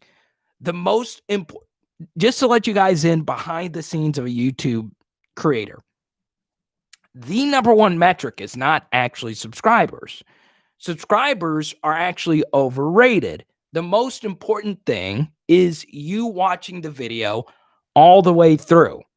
And then when you watch another video of mine all the way through, that means YouTube knows that you're watching my videos all the way through. Now, that doesn't mean you have to watch all the ads. It's just important that you watch the whole video. And if any of you know this, it is so important to watch all the video because I always throw new nuggets. And that's why at the end of every video, I try my best to get to your subscriber questions. Okay. Jane, I am not that funny. I've said it plenty of times. I am a stand-up. I get a lot of questions about my stand-up comedy. I'm not that great at it. Am I good? Yes. But I'm not great, and I will never compare myself to Cat Williams or Kevin Hart because those guys are actually really funny. But anyway, long story short, expect a video every weekday outside of Fridays at 11 a.m. So that's the most important thing. But James, I'm not going to lie to you. I'm not that funny. I've done stand-up 4.5 years. I'm okay. Not great. There's plenty of people that are way better than I am that are in my circle. So why doesn't Carter have a Patreon? Because I don't think I'm at that level yet. Maybe when I get to 2,000, maybe when I get to 5,000 subscribers,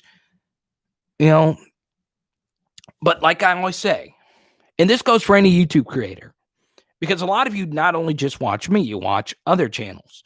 It's so important that you watch the video all the way through. But it's even more important for me because this is my only income.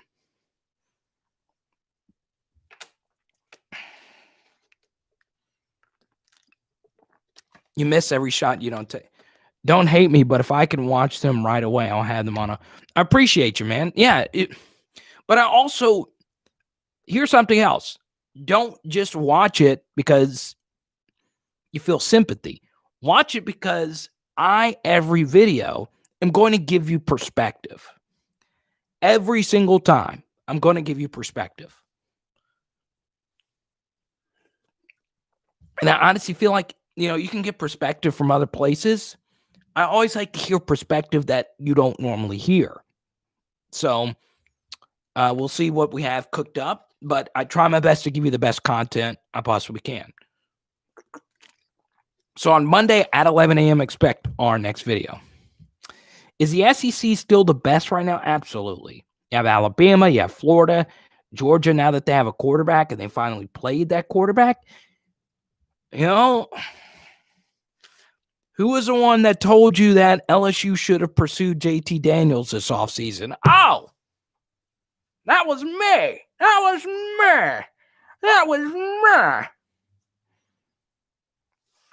Leonidas, I appreciate you, man. Here's the thing. There's a lot of people that don't like me. There's a lot of people that do not like me, but I don't have haters. Okay. LeBron James has real haters. I have some people that don't like me, and I'm fine with that. I don't like people that produce content that, especially in the sports atmosphere, if they don't make you think, if they don't make you rethink your position, I don't like it. So Jonathan's, for those that don't know, Jonathan is mailing me a bunch of stuff. I'm kind of scared what's all in this mystery package, and I'm going to open it up on a live stream. Pretty excited. Cordell Flott does have real haters, and he shut him down tonight. Wait, Clyde liked a tweet trashing Coach O? Let me see it. Dez, you can't just drop that fire like that.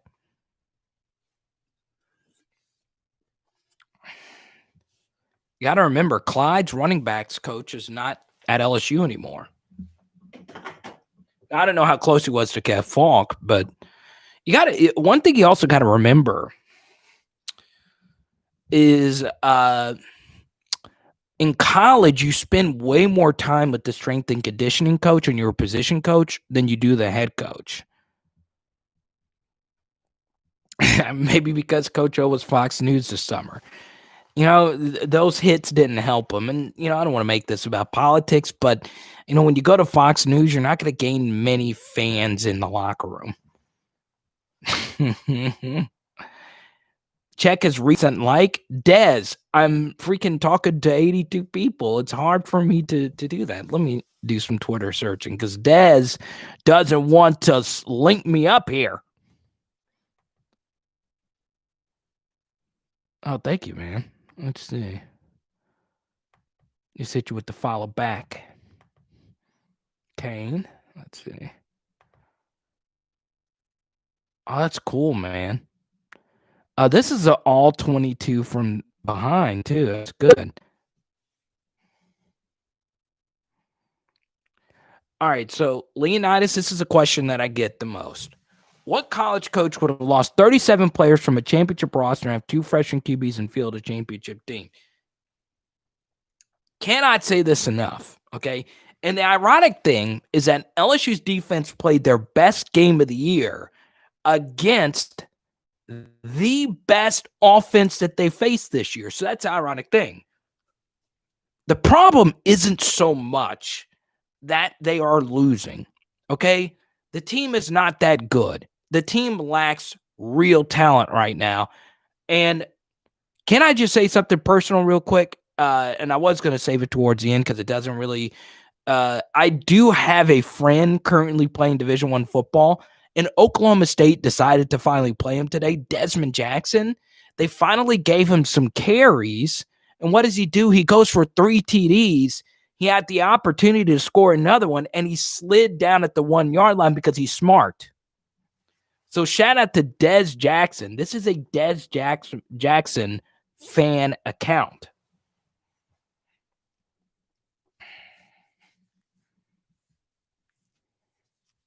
So, Leonidas, to answer your question, okay, it's not that LSU's bad, okay?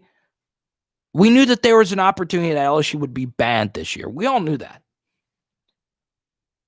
The problem is how bad they actually are. There is a difference between being bad and being incompetent, and they are very incompetent. And no, Des Jackson can't play offensive line, but I will tell you, he had a better game at running back than any of the LSU running backs had this year. And I know that they were playing Texas Tech, but still, he actually, made guys miss, and his long carry wasn't of 6 yards today.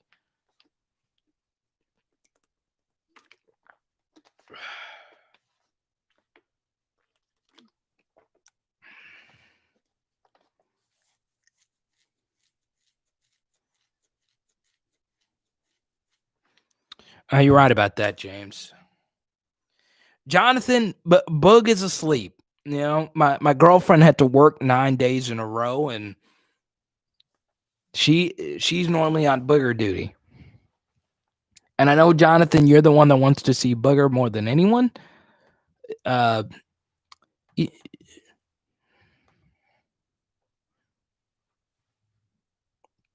Coach O started chasing Youngtail. I'm not going to bring up his personal life. All the power to him. When you split up with someone, you got to move on.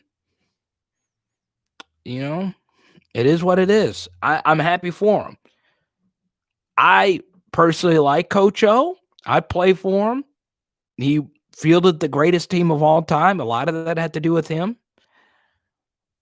But this year he's not been as good, and I stick with on the field stuff. When discussing him or program related stuff. I don't care who he dates. If he was dating a 78-year-old woman, all the power to him as well. I don't know, Kyle. It's a good question.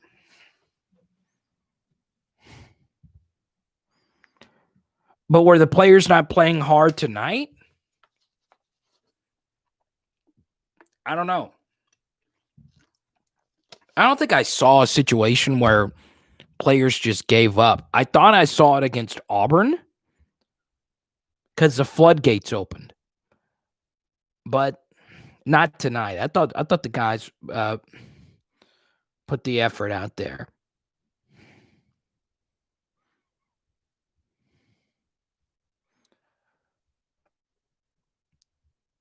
Heck yeah.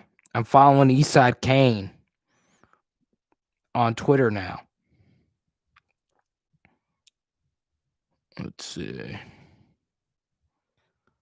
I almost retweeted one of your old chats. Let's see.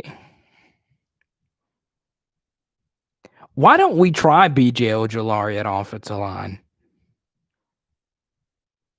So did Mike Tyson knock out Roy Jones Jr.?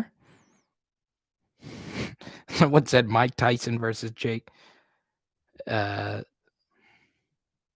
Who do I have making the playoffs? So we've reached the time of the broadcast where we talk national.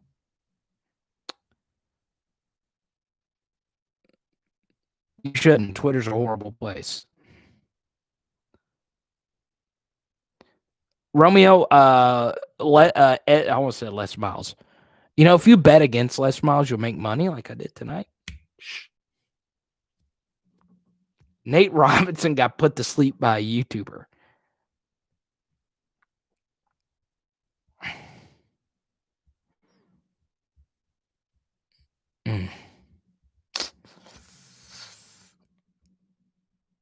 It's crazy how much talent LSU have, but they can't put it together because they don't have the right coaches to put it together. Okay. It's obvious. Poor Chris Curry.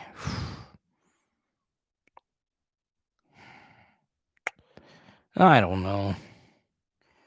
I agree, Eric. Coach O seems distracted. It's quite possible he's worried about what is to be made about public in January. And I don't know. Here's something that's pretty clear, okay? Now, the team is young. They might not have that much talent, but they do have talent. The bottom line is that this team doesn't get better throughout the course of a game, okay? Some coaches are really good at making adjustments throughout the course of a game. Ed Orgeron is simply not good at it. And, you know, I don't know how you fix that. You know, last year you had Joe Burrow. You didn't have to worry about it. When your quarterback made all the adjustments on the field. So we'll see. Number 18 and number 7 are the Madden curses. Les Miles is a disaster. And the fact that he's getting a check from Kansas right now is just a shame. What is his yearly salary? Kansas Les Miles salary. $2.75 million a year. Think about that.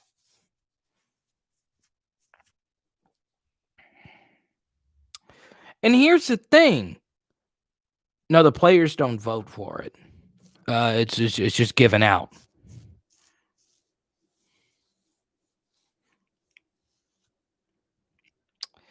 $5 and $5 is fine, but you weren't competitive versus the top 5 recruiters on your schedule.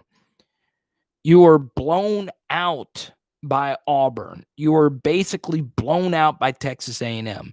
Kellen Mond played his worst game of the year by a country mile, and you were still beaten by 2 possessions. Then Mississippi State, who's awful, whips you. Missouri, who is awful, looks like the freaking St. Louis Rams with Kurt Warner. You know, this team is not well coached, and they're not great at coaching on the fly. And, you know, that might not make me a lot of fans within the program. You know, maybe they need to hear that. Maybe they need an outsider's perspective, you know, like mine, so they can hear it. Because trust me, there's nothing more I want in the world than to feel what I felt in 2019. I cried after the national championship game. The fact that I was there watching the game with my dad, and seconds after the game, I'm telling you, seconds after the game, I got so hammered, okay, at the game. But legit, seconds after the game, I run into one of my heroes growing up, Barry Sanders, and he took a photo with us. Now think about that. LSU football was so great last year that my dad and I go to the game and I get to freaking meet Barry Sanders.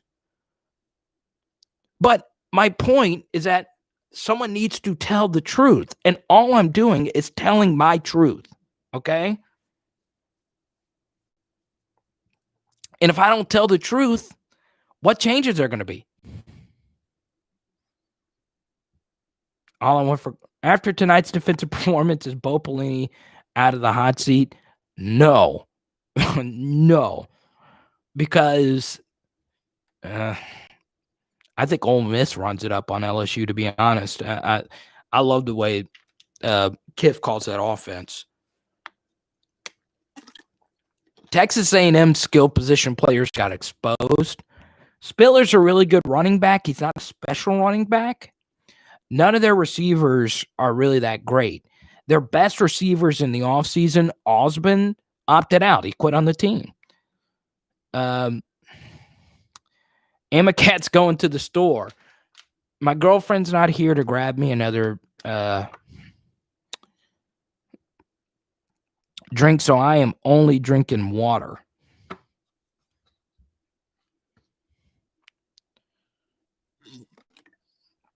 It's true. You know, freaking Steve Sarkisian looked like Bill Belichick on the daggum field tonight. How about Penn State getting a dub tonight? Or did Penn State end up winning this game? I don't know, Jeffrey. That sounds like a Tiger droppings rumor. What do you think about Hugh Freeze and bringing him in at OC? Well, you'd have to pay him, you'd have to pay him Pelini money in the middle of a pandemic where you've lost millions of revenue. He's only going to take a head coaching job. Die-hard Giants fan. You would like this. I got a bunch of Odell Beckham Jr. rookie cards in his Giant uniform. Someone actually sent them to me. It's pretty cool. Get the DC from UAB. I'm happy for Mel Tucker getting that W, but how bad is Northwestern? I mean, Michigan State has looked awful this year. And people were talking about Northwestern as a long shot to the playoffs. They were handled early in that game. Here's once again, I've said this every video. When Alabama runs up the score on LSU, if they do, LSU needs to see if Corey Raymond can call plays. And if he can't, just send him back to DB's coach.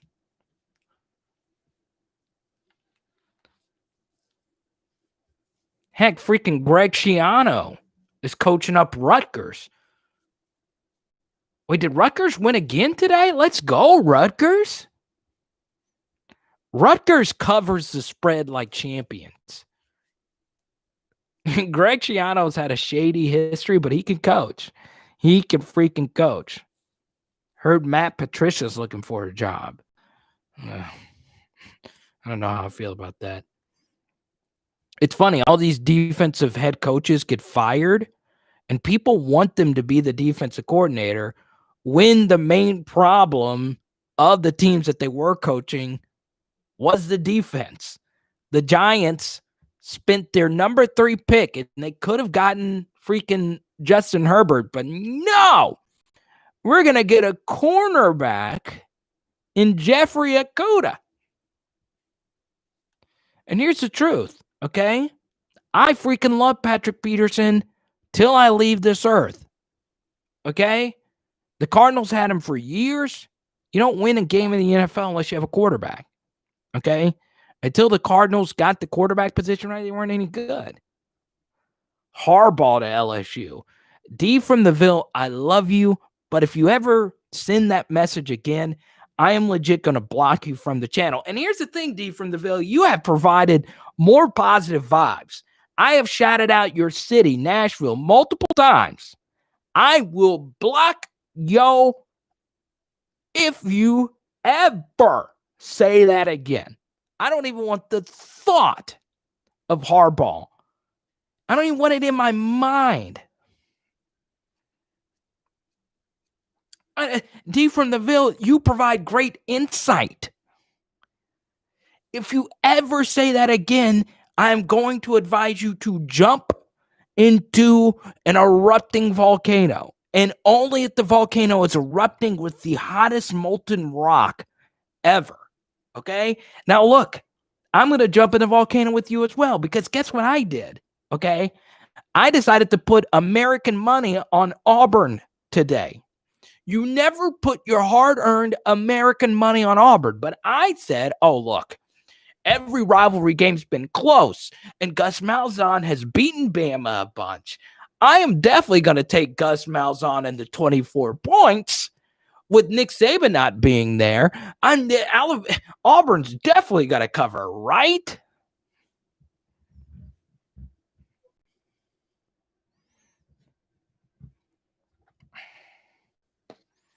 The Super Chat Challenge. I like that, Jonathan.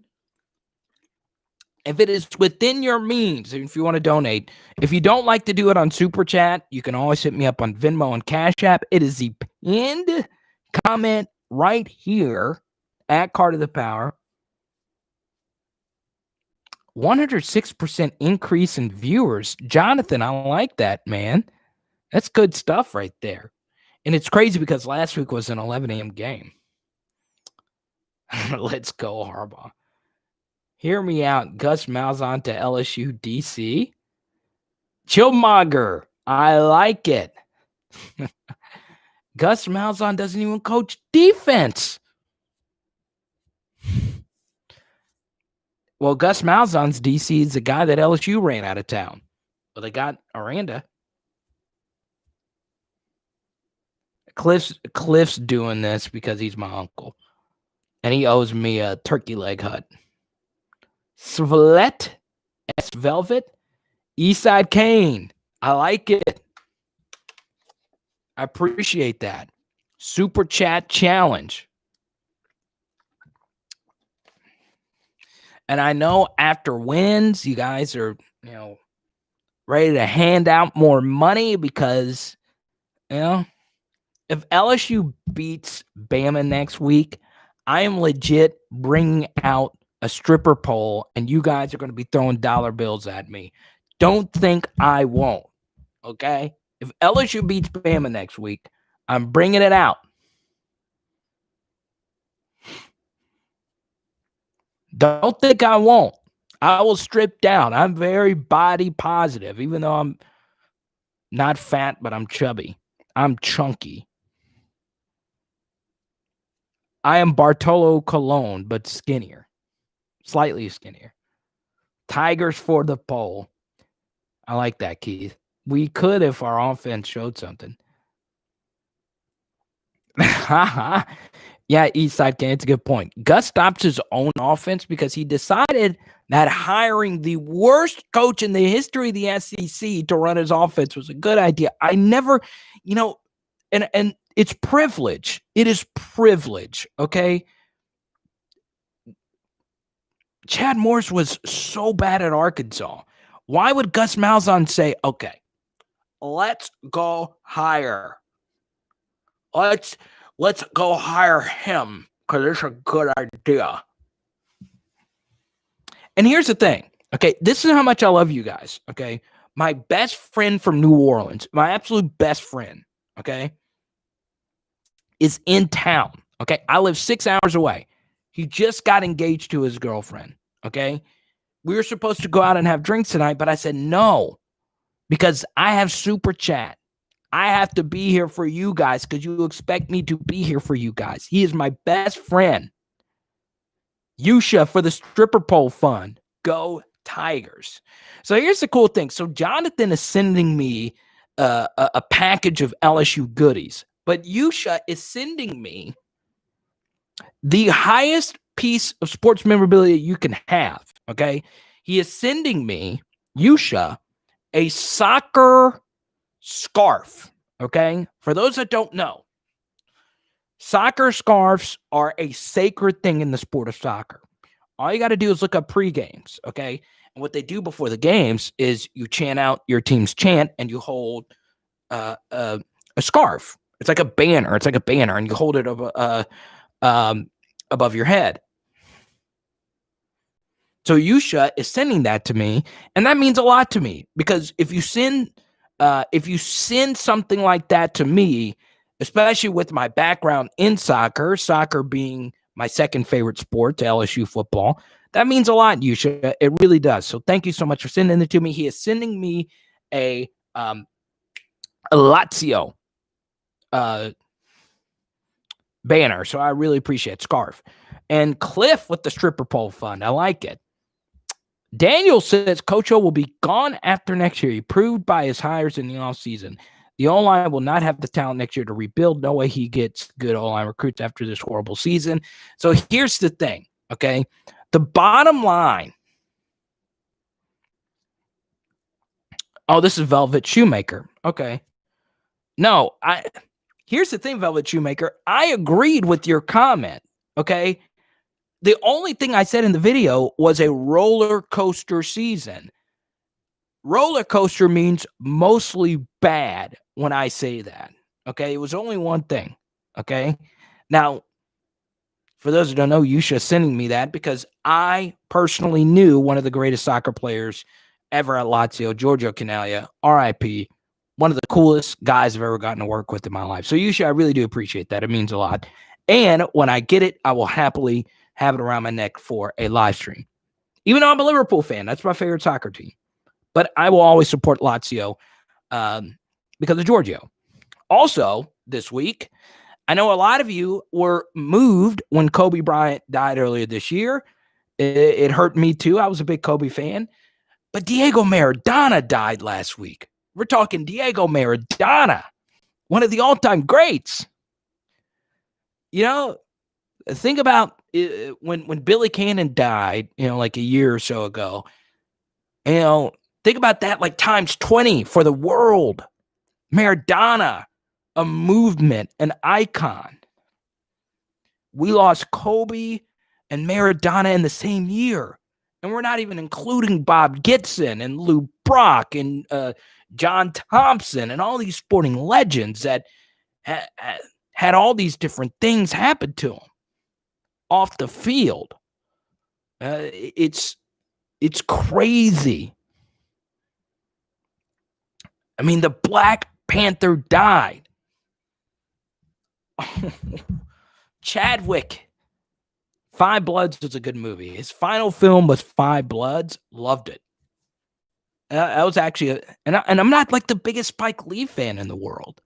I thought he did really good with that movie. So it's crazy.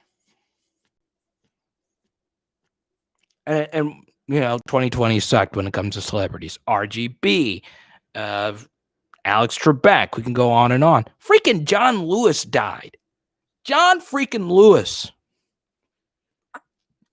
We talk about someone that's changed the planet for the better. John freaking Lewis. I felt like we didn't celebrate John Lewis well enough when he was still alive. Someone that actually got beaten during the civil rights movement. That will get me fired up. And I know this is LSU football, but I'll get back to LSU football. I'm sorry about that. That's a good point. Kim Jong-un faking his death. Yeah, the Kobe death still feels weird. It still feels weird. That the Five Bloods was really good, and it was kind of a weird role for Chadwick because the whole movie. I'm not going to say the irony because it's part of the film, but you should go watch it. It's a long movie though. It's close to 3 hours, but it's good. It is good. And I don't sit down and watch movies all that much, but if Chadwick Boseman's in the movie, I'm going to watch it. Ghost from Power. I didn't watch Power. I never watched Power. It's just Keith with the comment. It's crazy when we discuss Rutgers. Rutgers is straight fire. I like it.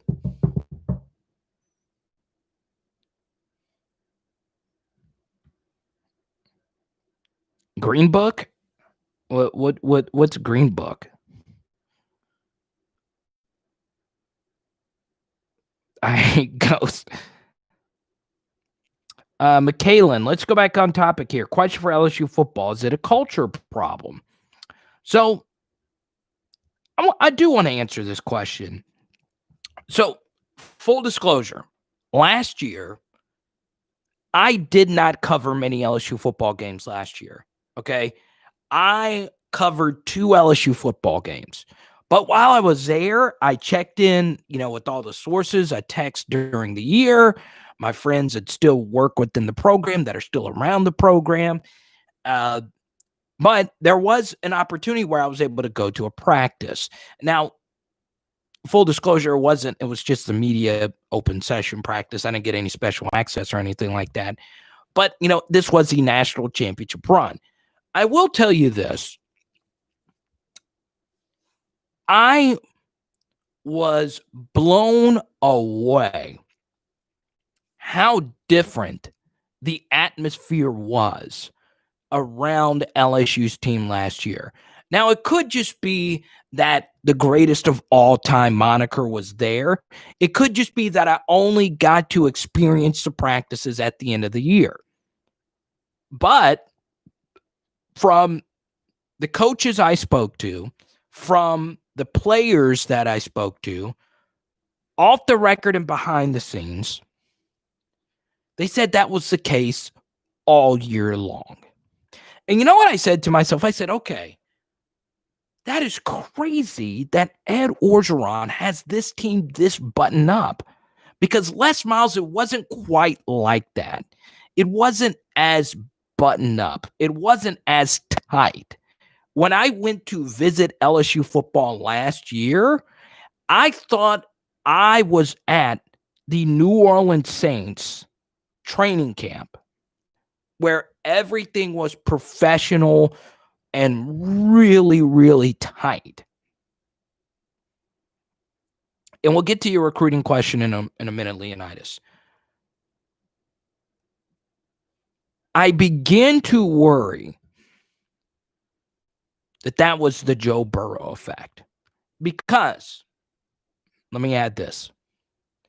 When I went to the Saints training camp, the year that I went to the Saints training camp was 2009. I covered the entire Saints training camp. 2009 was the year that they won the Super Bowl. And I was shocked at how tight the practices were. And what I mean by tight is people are focused. People are ready to go. People are on top of their assignments. And Mario, we'll get to your question in a second. So when you mention culture is such an ambiguous, broad term. What we learned so far this year is that, yes, the LSU football team isn't as good as they were last year. But what we learned, though, was maybe last year had more to do with that certain group of players being great than the championship culture being great.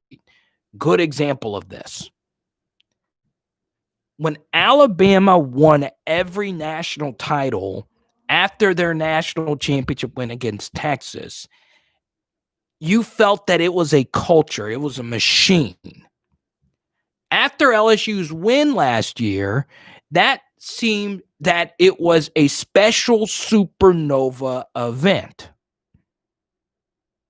that was driven by a championship culture, but maybe that championship culture had to do more with one transcendent player who lifted up the rest of the team. And right now, based on what we've seen, in a situation where we knew LSU wouldn't be as good as they were last year, I think we can all agree that that idea has merit. So It's tough. It's really tough. So hopefully that answers your question, McKaylin, because it is tough, because culture is a tough thing to just judge by a year-to-year basis. But what we do know is that this team is not built like Alabama. This team is not built like Clemson. One, the roster construction isn't that great. Two, the player development has lacked this year. And number three, and this to me is the biggest thing, the in-game coaching continues to be bad. It's just bad. Well, how do you know this? How do you know it's not just the players? Well, it's simple. You were in position to win the Mississippi State game. Home game, opening game of the year. You got no business being in the game, but guess what? The score was 34-34 with 9:34 left to go. Then you had the Missouri game. Yes, it sucks that you had to move the game because of the hurricane. You were in position to win the game. You made no adjustments to the defense at halftime, and you were still outscored in the second half 27-21. There should not be a situation where your offense on the road scores 21 points and you still lose. And then we saw against Auburn, where you caught a break. You didn't have to go on the road and play Florida. You blow out a horrible South Carolina team with the lame duck coach. You then go to Auburn and you suck. You make no adjustments. You suck. And Auburn is getting blown out and getting lucky wins because, well, they're Auburn.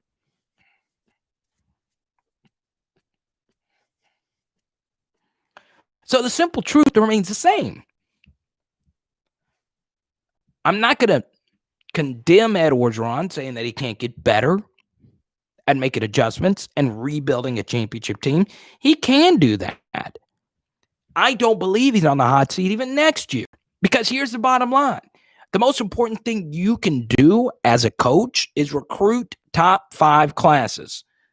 Ed Orgeron's doing it every year. Well, we don't have enough offensive linemen. Who cares? There's a lot of it. Ask Wisconsin this question. Wisconsin recruits great offensive linemen every single year. They don't recruit anything else. Would Wisconsin rather have LSU's recruiting or Wisconsin recruiting? You see? So, at some point, LSU's going to get better offensive linemen. Ed Orgeron's got the personnel thing down. It's everything else. The culture, the focus, the player development, the in-game coaching, the roster decisions, the game decisions. When do you use your timeouts? When do you strip a coach's responsibility away? When do you choose to rotate defensive end? I don't think Ali Gay should be playing as much as he's playing now. Since the Mississippi State game, to me, he's just been okay. That's not a shot at him. I like him personally. He does a lot of good things well. He made a few splash plays. But on the touchdown today, he was driven out of the play. Not just driven, but manhandled. And Cliff makes a good point. Maybe Insminger, Pelini, and Linehan aren't doing their jobs well enough to make the adjustments. Maybe that's not Coach Orgeron's responsibility.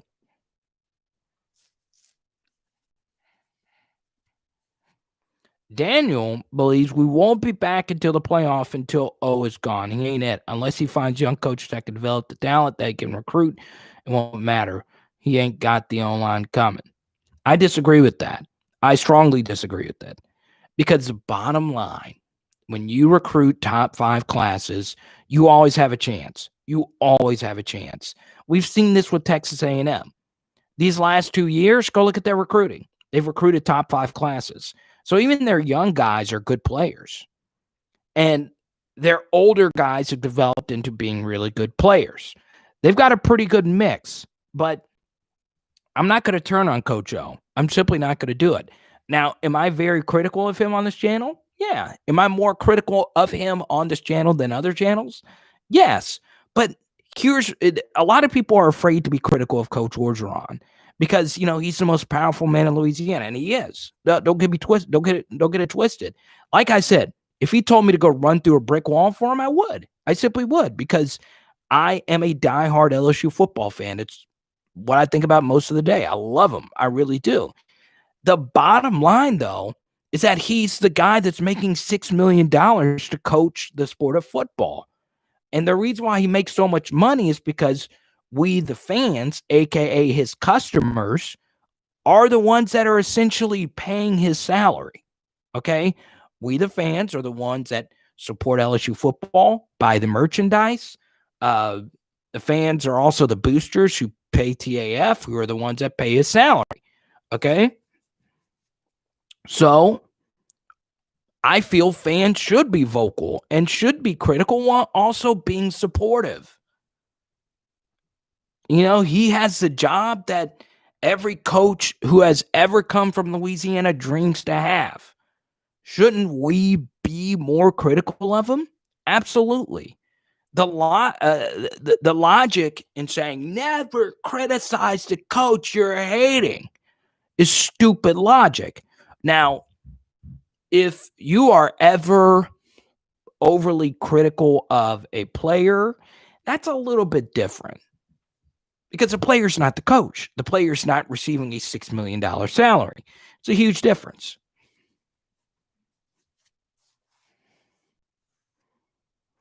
Do you think LSU can become a dynasty team in due time? No, I don't. Dynasty means every single year you're winning 10 games and you're going to playoffs. I just don't. I think there's 2 or 3 programs that are like that: Alabama, Clemson, Ohio State, and that's it.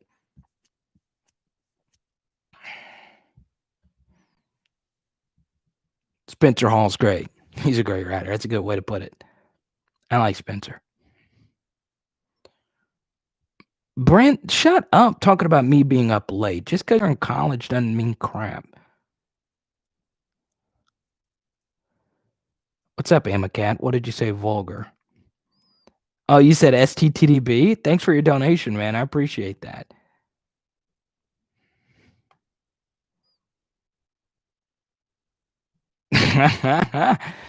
Jonathan's being sarcastic. Well, it is subjective. The playoff committee, could vote us in.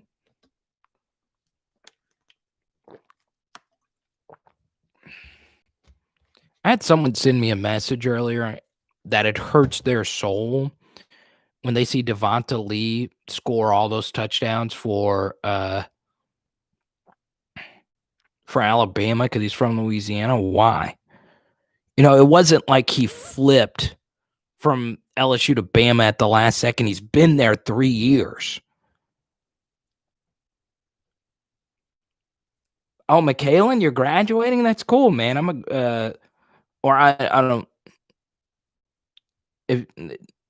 don't know if you're a man or what. I'm not trying to be funny, but congratulations, McKalen, on graduating. What's your major? I'm interested. What's up, Chance? Corey says next year we'll have the most athletic defense we've had in a long time. Okay, who's your starting defense next year?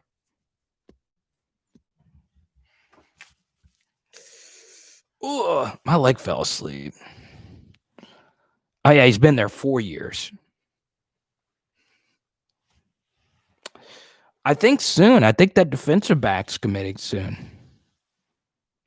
Oh, you're going to law school?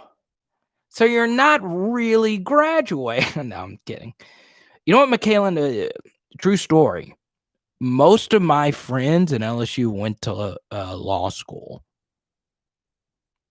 It's kind of weird. Nick Saban did his press conference in his pool room. It's kind of cool.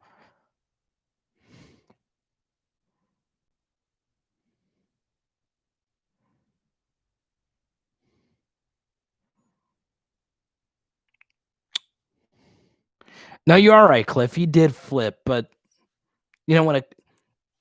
I'll say to the other side of it, players that are committed to assistant coaches are always kind of, it's kind of weird because Jamar Chase would have gone to Florida if Jim McElwain didn't get fired, and LSU doesn't win the national championship last year unless Jamar Chase stays. That's the bottom line. So Corey says if we get Corey Foreman, well, what if LSU does? He's a defensive end. I see him more as a defensive tackle. I know it sounds weird, but I just do. Does Sage start year one? No, but he plays a lot.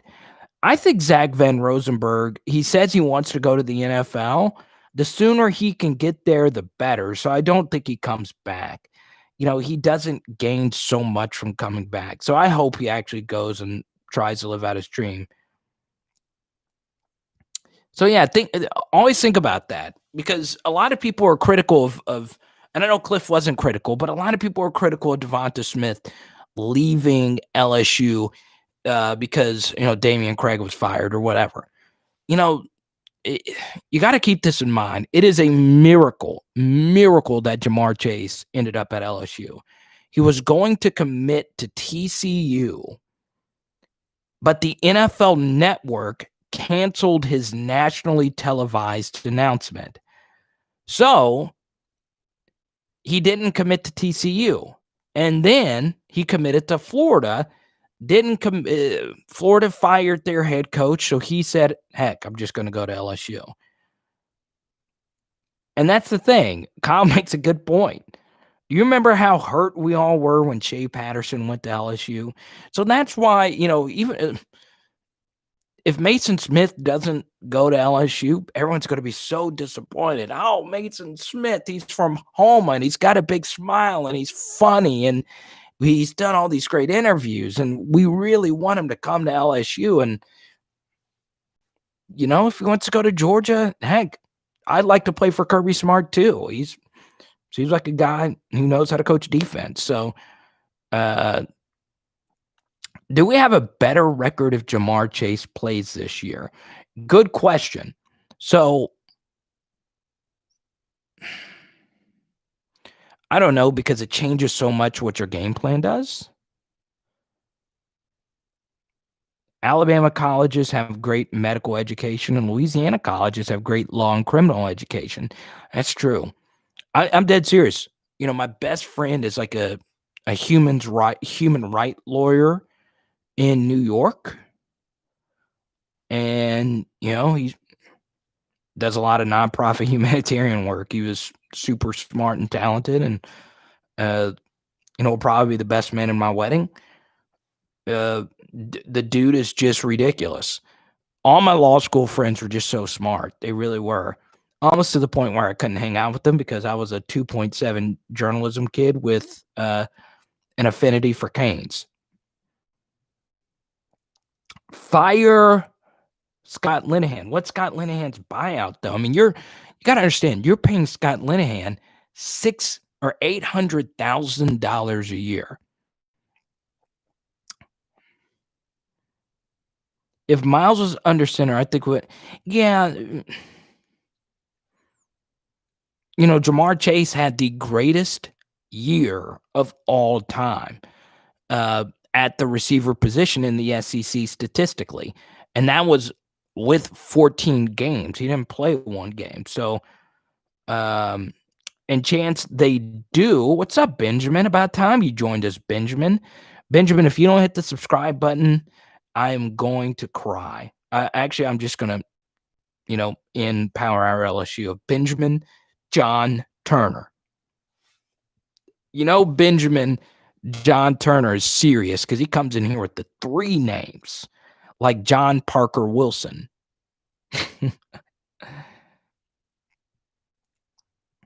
But yes, Chance, due to COVID, everyone does have the opportunity to return. But here's the thing. LSU right now has 67 scholarship players on roster. They have 25 more coming in next year. They can only have 81 scholarship guys because of the self-imposed ban that LSU put on themselves because some guy stole money from a children's hospital to give to Vidal Alexander. Now, why does a booster feel they need to steal from a children's hospital to give to a mediocre offensive lineman? I don't know. But that's true. And Kyle, you're right. We do need to change the structure of these coaching contracts. Bottom line is Jimbo Fisher is getting $75 million guaranteed. Guaranteed. Bottom line. What's up, Antonio? We've been discussing the LSU game now for 2 hours and 20 minutes. Antonio just barges in and says, did y'all already discuss the LSU game? I like it. Yes, we did. And LSU did not crush Texas A&M's chances. Texas A&M's got a really good chance. They need Clemson to lose the rematch to Notre Dame, and they need Florida to get beat by Alabama. If both of those things happen, they're in. They've already beaten Florida, which is a really good win.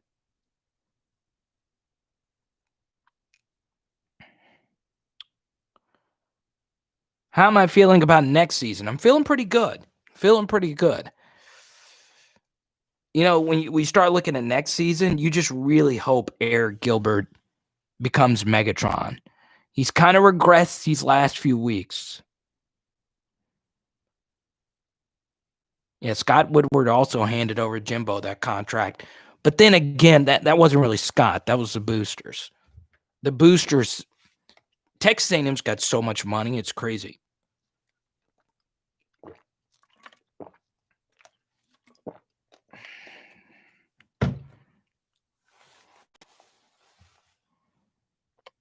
Oh, yeah, Antonio, I agree. This was easily LSU's best defensive performance. You know, I think 20 is actually the lowest amount of points they've given up outside of the Vanderbilt game. So, yeah. Why were our receivers cutting so early tonight, like before the first down marker? So, Dan Orlovsky, who I thought did a pretty good job calling the game tonight, I don't know how you feel about him, pointed this out. A lot of it was due to the timing of the routes. So most quick throws are 5-yard routes. So when the quarterback is just dropping back and throwing it out, you know, most routes are only run for 5 yards. You just hope that the quarterback leads them and they gain the extra yard. So yeah, how does the sexual assault scandal affect recruiting? That's a really good question because you know, recruits are a little bit more aware. It does mean a little bit more to them now than, you know, morals do mean a little bit more now because of the social media age. And, you know, our society has become better overall when it comes to protecting women. So it's more important to recruits now than it used to be. So far, it hasn't affected recruiting. It will affect, well, the other thing will affect roster sizes, the scholarship limits. But yeah, I do think negatively it could affect recruiting because other coaches would say, hey, you know, the coach over there allows this and that to happen and we don't. Don't think that coaches aren't going to use that negatively in recruiting. And it's not so much the recruit, it's the parents of the recruits. You have to remember, so much of recruiting comes down to you selling the player's mother. Okay, most recruits are not Landon Collins, okay, where the mother is on a different page than the recruit, or Alex Collins at Arkansas. Most recruits go where their mom wants them to go. And the mom normally wants the recruit to go where they want to go. It's a symbiosis. Okay. So it's that simple truth. Let's see. What's up, Brent? Thank you for the super chat, man. Distinctly get revenge on Devonta Smith. I would say no, because Devonta Smith has carved up everybody. And he is legit putting his name up there with some of the greatest college football receivers of all time. You know, how much bigger of a catch can you make than what he did as a true freshman? And then after having that moment, turning out to be an even better player than that. And remember this, your best ability in life is availability. Okay. You can have all the talent in the world. Okay. But consistency is what matters. And Devonta Smith doesn't get hurt.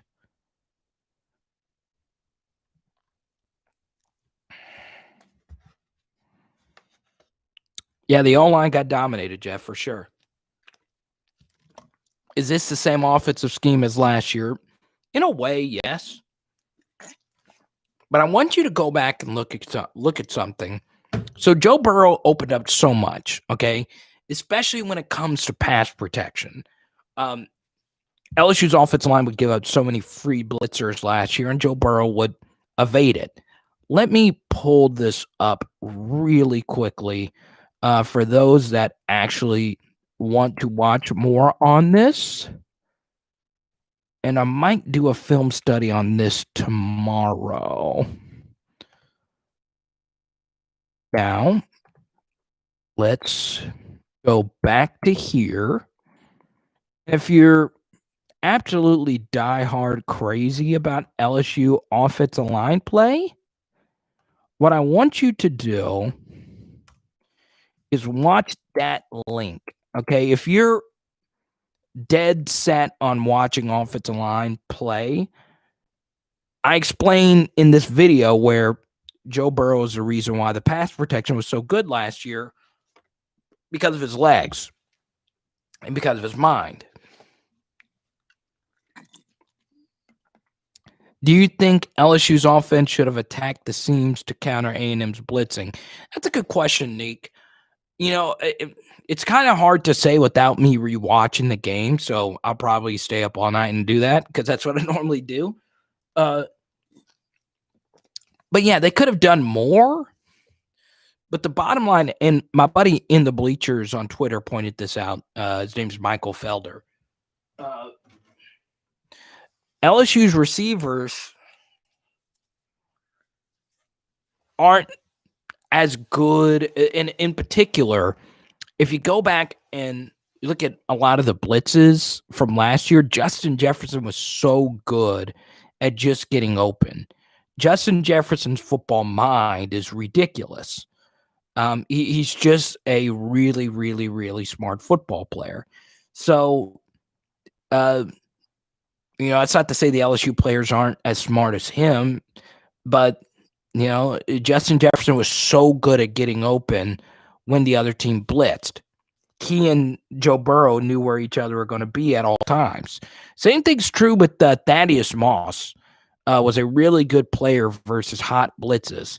A good example of that is the touchdown right before halftime of the national championship game where Thaddeus Moss just sat in a wide open spot in the zone, and he got crushed when he actually tore his rib cartilage on the throw, and Joe Burrow threw a strike. Do you think any of the seniors will lose their extra year of eligibility that the NCAA granted? Who do you have as a lock to go to the draft, and who do you have on the fence or coming back? Okay, that's a loaded question.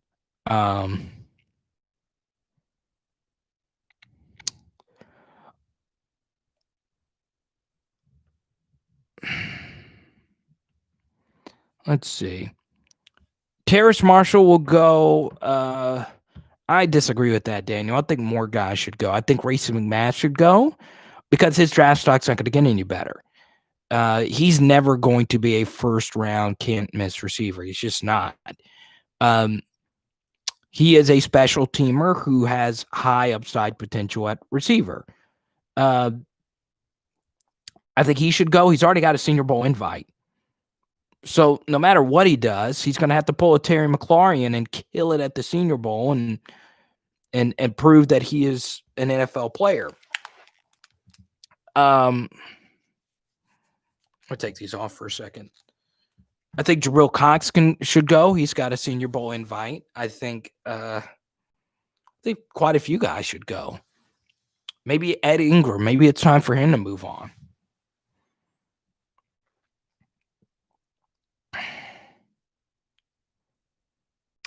Let's see. Although there was a major struggle by the young quarterbacks, I saw a lot of growth and realization from them. Did you already go over that? I did earlier. Antonio, I believe Max Johnson should be the starter for next week. Has nothing to do with TJ Finley. It has more to do with Max Johnson earning the right to get a week where he's the starter who gets all the first team reps.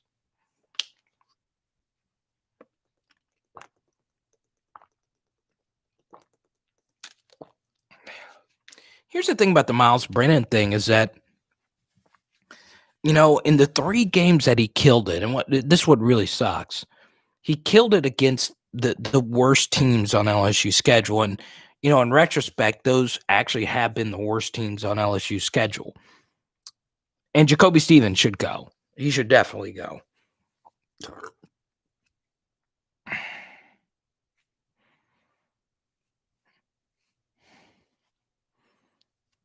I've seen Justin Jefferson make a lot of catches in the NFL. Nick, I don't know which one you're referencing, but he's made a lot of crazy plays already. And, quite frankly, I'm not necessarily shocked. I mean, when you're a good route runner like Devonta Smith, I think a lot of people are going to take a flyer on Devonta Smith now that they see how good Justin Jefferson's been. And Cordell played pretty well, especially after all the hate he's received. So a lot of credit to him. I think Jacoby's a 3rd or 4th rounder. We'll see. We'll see what happens. So, yeah, man. Well, I appreciate everyone tuning into the live stream. I don't mind hanging out for another 10, 15 minutes. Before we get going, if you want to throw any super chat money this way, any Venmos, Cash Apps, anything you want to donate to the channel, I really appreciate it. I'm sorry, guys. It doesn't look like Boog is going to be making an appearance. It's just not happening. And this is the first live stream that Boog the dog is the official mascot of Power Hour LSU. Doesn't look like we're getting any Boog tonight. So I'm sorry about that. And Boog normally brings in the donations. Now, Boog is like the sweetest dog of all time, but I don't want to wake her up. And even when I wake her up, she'll just come down here and just hang out. But yes, if you have any questions, go on ahead and fire them this way. If you have any super chats, go ahead and fire them this way. $10, Orgeron says we got to get better. Amacat, are you on the West Coast? I didn't know you were on the West Coast, man. I really feel like they should go split gun. Oh, well, Jonathan, that normally happens. Oh, well, yeah. Well, Jonathan, you're everybody wants to see Boog. I gotta, in Washington State, I've stopped trusting Orgeron's press conferences. Yeah. Brenton, Mississippi. Thank you for your super chat a minute ago, man. All right, so before we get out of here, does anybody have any questions? Let me go ahead and fix this real quick.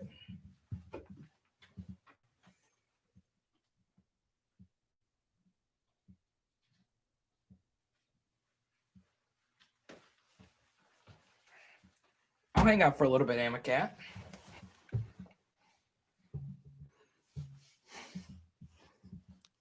Go Tigers. Corey, I'm all for that. I'm all for that. All teams doing a variation of their jerseys. And it doesn't necessarily have to be a throwback. It could just be, no, make them all throwbacks. Make them all vintage. Why not?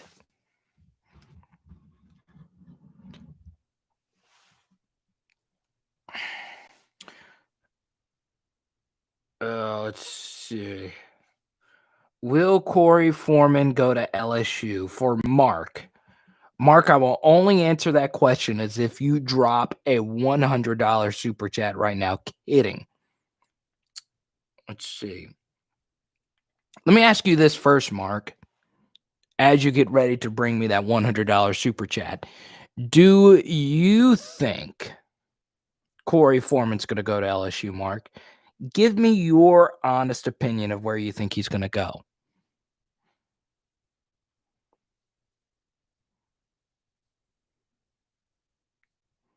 That's a good question, Jonathan. I do, but it's really hard. So much of the video games are made with a players association. The NCAA doesn't have a players association. And that kind of sucks, but it's true. They don't have a players association.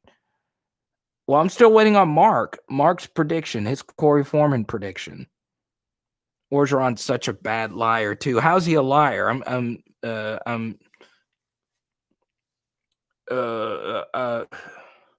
legit. He could be.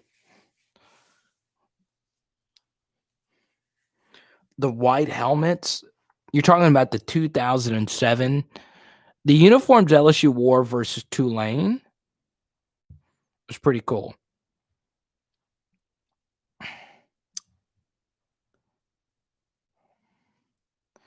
Here's what I think LSU should do with their quarterbacks. I think the best thing to do, unless a quarterback is throwing pick sixes and just all over the place, let a quarterback play an entire half before pulling them.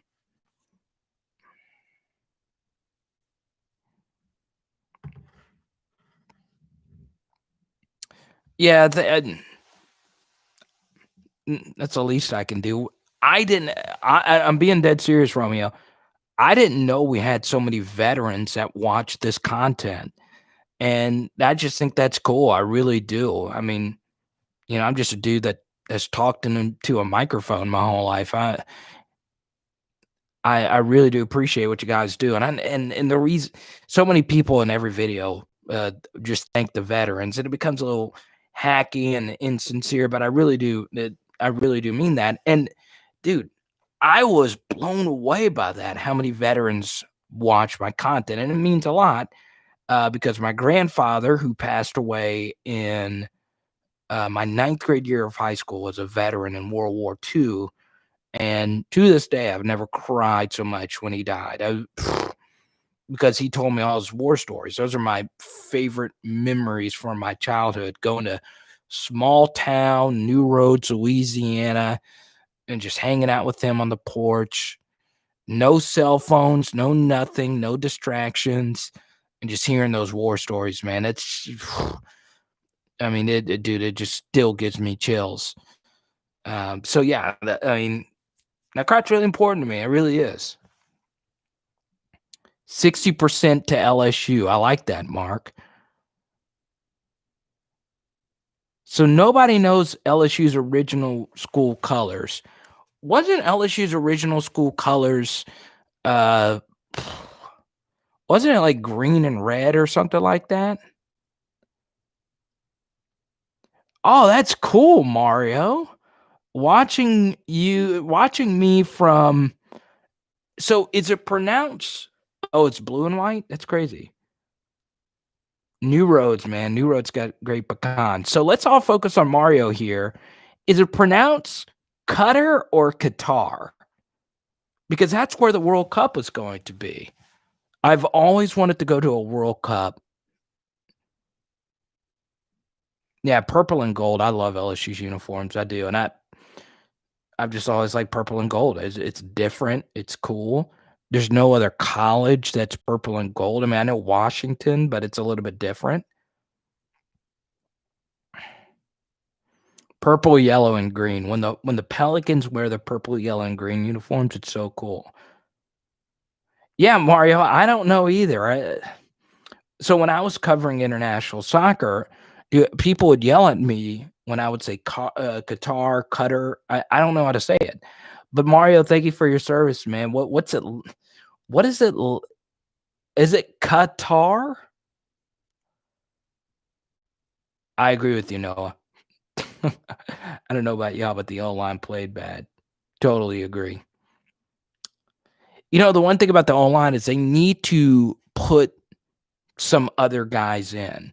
And, it just so some people say Qatar, some people say Qatar, some people say Qatar. I don't even think they know how to pronounce it.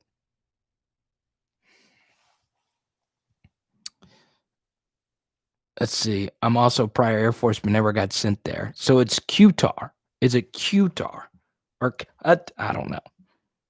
I never thought pronouncing Mid-Eastern countries would be uh, would be part of the live chat tonight, but here we are. Like I said, I got viewers from all around the world. I talk to Yusha pretty regularly in Ukraine. Yusha's one of our funniest commenters. Jonathan, watching from the International Space Station. So D for the Ville makes up a good point. Okay, this is what I'm talking about. Okay. So LSU's got all these analysts, they've got all these coaches, but sometimes I feel coaches hire other coaches and analysts that are friends or that have coached at LSU before or something like that, right? So this is what I fear is LSU doesn't have a lot of coaches that coach outside the box. And what I mean by that is that there should have been an analyst on LSU's team or someone on LSU's team that pointed this out.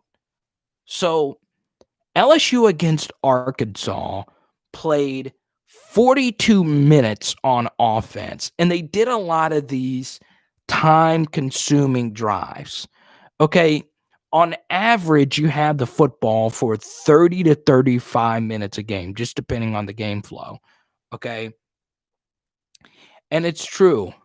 Have you ever been to Bubba's gas station on Highway 90? What kind of question is that, Brent? But it is true. In small towns, gas station food is better than the actual restaurants. It's true. And by the way, we are going to shut this down at 3 hours because we are all madmen and mad women. We have some women. To be up this late still talking about LSU football. This is what's so cool. This is what makes me smile, that there's still 71 people in here, and the game ended nearly 3 hours ago. The best LSU combo uniform is white top and yellow bottoms. Anyway, I forgot what I was even talking about because someone like Brent brings up gas station food on Highway 90. Where the heck is Highway 90 anyway?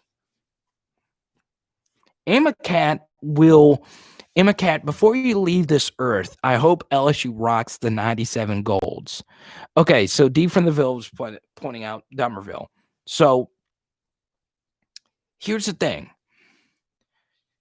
There should be a coach on the staff that points out that the LSU offensive line played all those snaps, okay, against Arkansas, and they were on the field so long, and they were in their stances forever, and that the game was on the road. For those that don't know, playing on the road in back-to-back weeks has never been a good thing for LSU. The Missouri game this year, the Ole Miss game last year, and so on. It's hard to go back-to-back on the road. And before the season began, I said the toughest game on LSU's schedule was the Texas A&M game, which was a week after the Arkansas game. And the reason why I said that is because it was a back-to-back road game situation. So the simple truth is that there should have been someone on the staff that said, look, our offensive line is going to get really tired at some point, simply because they played so many snaps last week. And by the way, the offensive line isn't that good. And all I got last week was LSU ran the football so great, and the offensive line was so much better against Arkansas. Number one, they weren't. Number two, while they were slightly better, they were going up against an Arkansas defensive line that was missing 6 of their top 7 rotational players. Now, basically, most FCS defensive lines were better than the defensive line that Arkansas had last week, and you still struggled versus that defense. So why wouldn't there be a coach? Like, if you're James Craig, put some new guys out there. You're getting blown out. You're not blocking anyone. And you're going to go to the grave with Chase and Hines, who is a former defensive tackle?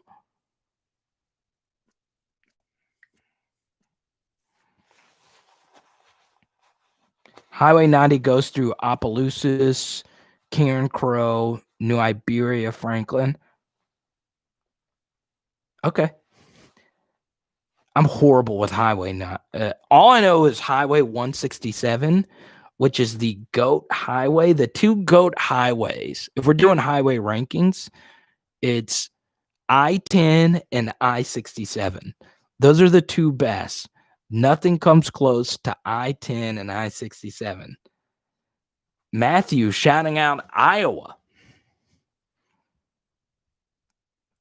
How close is Orgeron to being on the hot seat? Nowhere close. The team will be marginally better next year, but the bottom line, Mark, the hardest thing to do in coaching, and it is the hardest thing to do, is getting top 5 recruiting classes. That is the base. That is the first thing you do as a coaching staff. Did Syracuse really... Oh, did they spike on 4th and goal? Don't tell me that they spiked. No, I didn't even see that. Oh, you don't take a sack and then spike to end the game.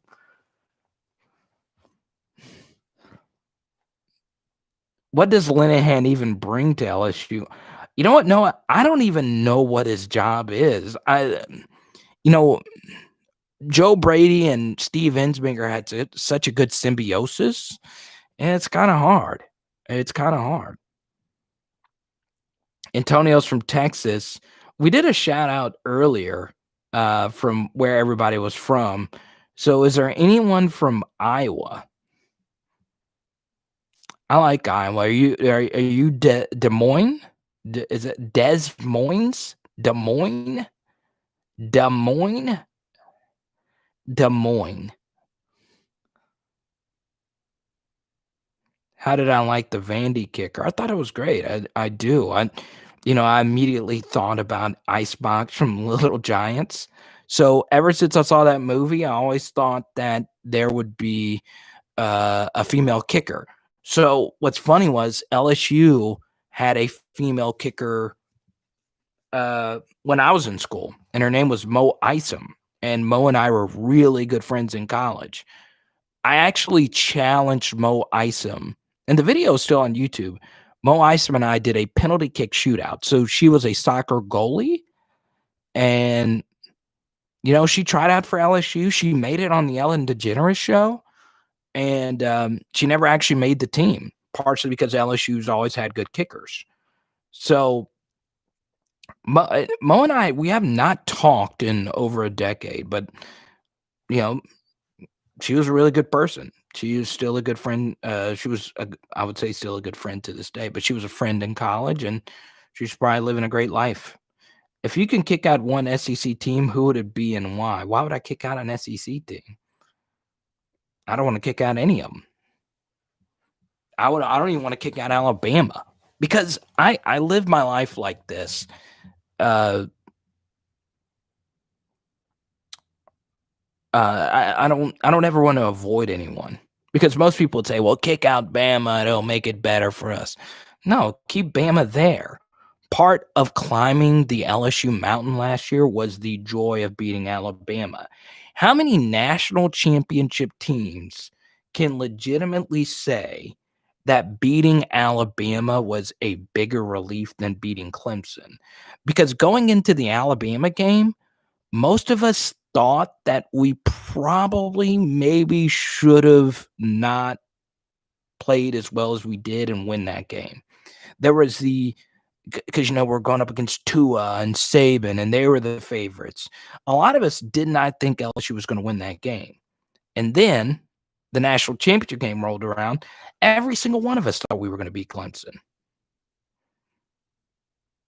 Oh, Matthew, you got family in New Roads? That's cool, man. That's cool. Maybe one day we'll meet up, dog. Yeah, recruiting's not the be all end all, and LSU recruits itself. Don't get it twisted. But as great as recruiting LSU is, more often than not, they have been outside the top 5 than inside the top 5. And Ed Orgeron's about to be in the top 5 again for the second consecutive year. When you're doing that, you how can you fire the guy? That is the base of every national championship team is a top 5 to top 10 recruiting class.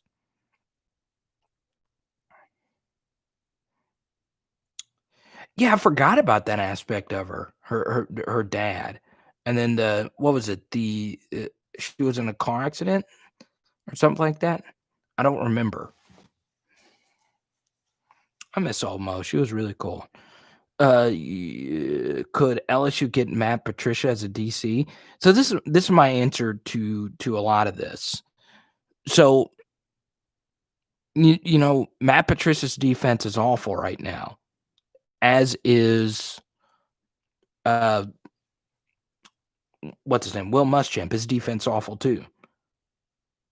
So yeah. I remember Mo. Didn't she interview the honey badger? I think she did. I don't remember. No, actually, I do remember. I think she did. If Nick Saban never left LSU, would LSU be Nick Saban's? Probably so. But Corey, we can do what if questions, throughout. What if Nick Saban never goes to the Miami Dolphins, and what if he does go to the Miami Dolphins but picks Drew Brees over Dante Culpepper? Does Nick Saban never leave the Miami Dolphins? Does Drew Brees never go to the Saints?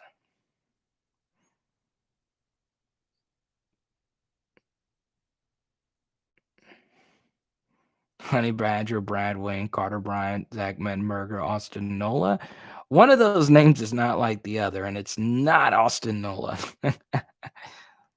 Austin Nola's a baller, man. Didn't he move to catcher?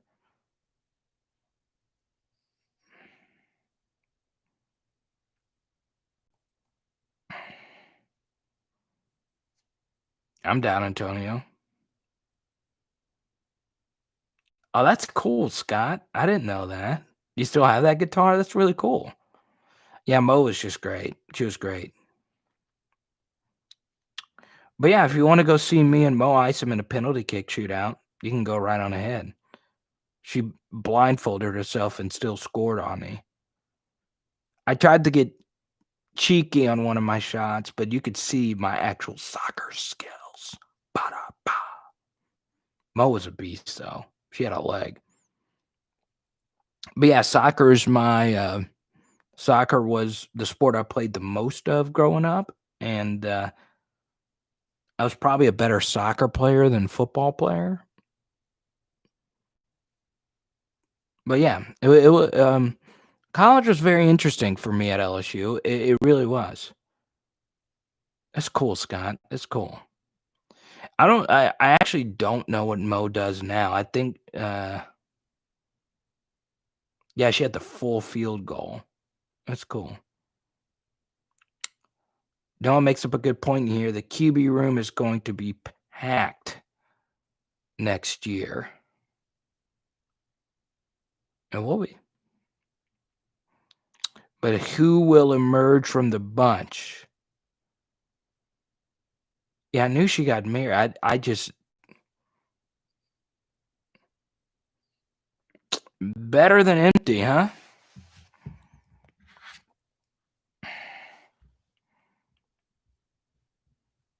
I mean, does Max Johnson transfer? You would have to think Max would transfer before TJ, right?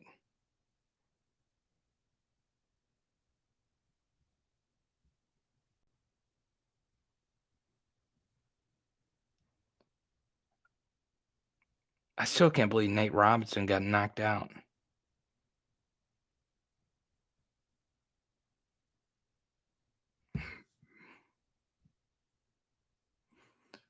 Now people are saying that there should be actual YouTubers that fight professional boxers, which could result in a death. You never want to fight a professional fighter because they will kill you. I saw they gave Desmond Jackson a helmet sticker. So, Desmond Jackson and I are really actually good buddies. His older brother's a really close friend of mine. Desmond Jackson gets his first shot as the Oklahoma State running back, and he balled out.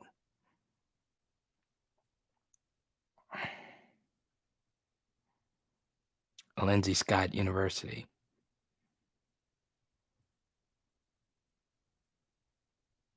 What if Kyle Ellinger says, "Forget it, I'm coming back to Texas"? Do they say no? Do they say, "Let's try someone else"?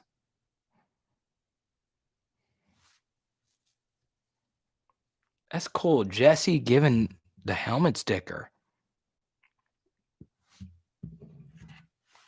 Mm.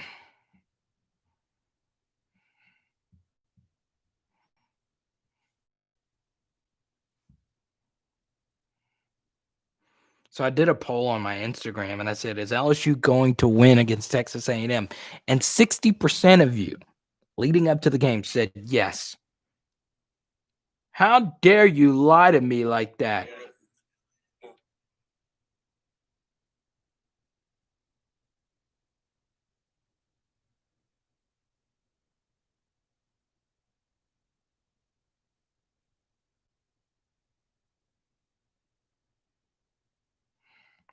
All right, guys, we're going to put all you guys on the gram. Let's see. Boom. What should the caption be? Sam Ellinger should come to LSU and play tailback. How about that?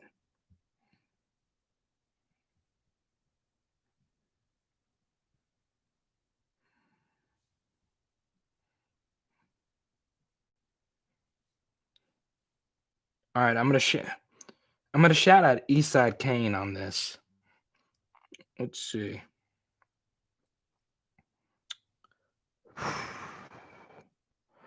You see Ohio State get that quarterback class of 2022? Or am I the only psychopath?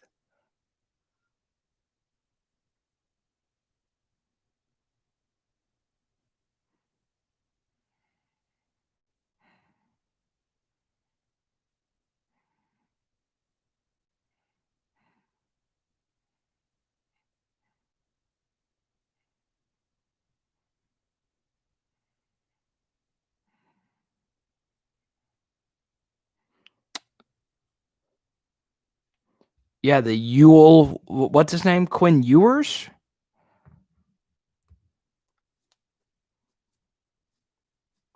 Well, Corey, that's kind of tough because I mean, Bama keeps killing teams, and what they've given up 17 total points.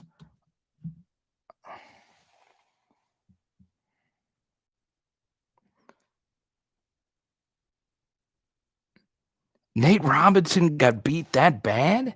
Well, Jake Paul's kind of like an athlete, though, right? Let's see. You should hit us up.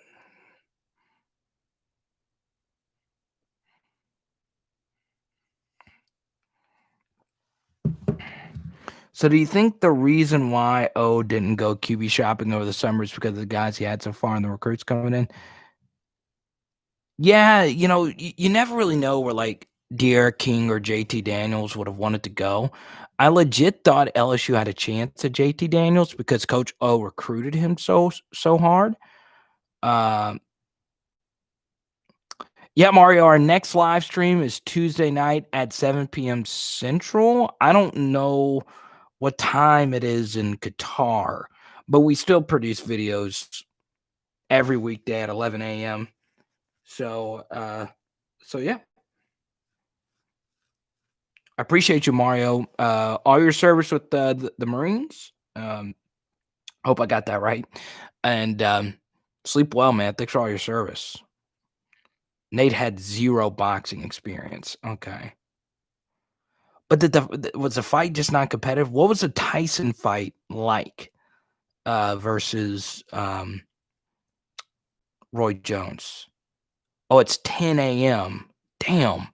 So it would be like what, 6 a.m.? No, you wouldn't. Nah, it would be like Air Force. Okay, I'm sorry about that. Uh, but yeah, Mario, I really appreciate you, man. Thank you for all your support, and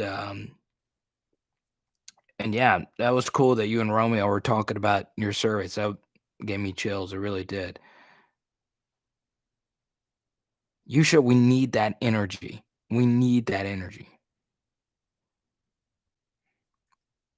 But Amacat, if you looked at that quarterback room and you wanted to go to a contender, I guess that would be the quarterback room that you would choose. I would have liked to have seen them with Daniels versus Florida. Tyson Jones was a draw. Like, was it competitive? Was it exciting? Was it entertaining?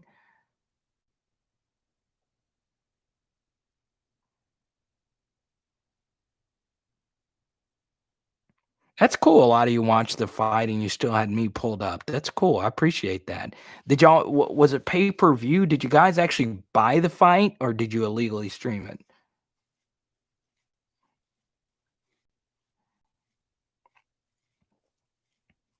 That's interesting, Will.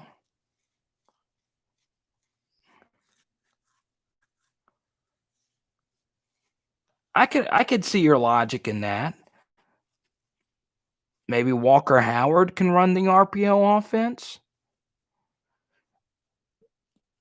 You know, if you had to ask me who's the better quarterback, Walker Howard or Garrett Nussmeier, I'd probably say Walker Howard.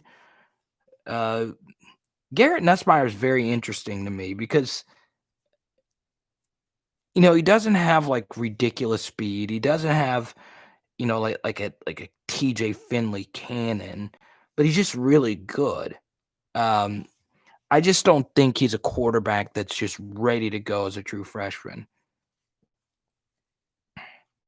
I wasn't a Mayweather guy, Kane. I just wasn't. Uh, and honestly, it doesn't have a lot to do with his personality. I wasn't the biggest fan of him personally, because everything he would always say, it's about money, it's about money. And I was just like, okay, you make a lot of money. Good for you. But Floyd Mayweather's like the most boring boxer ever.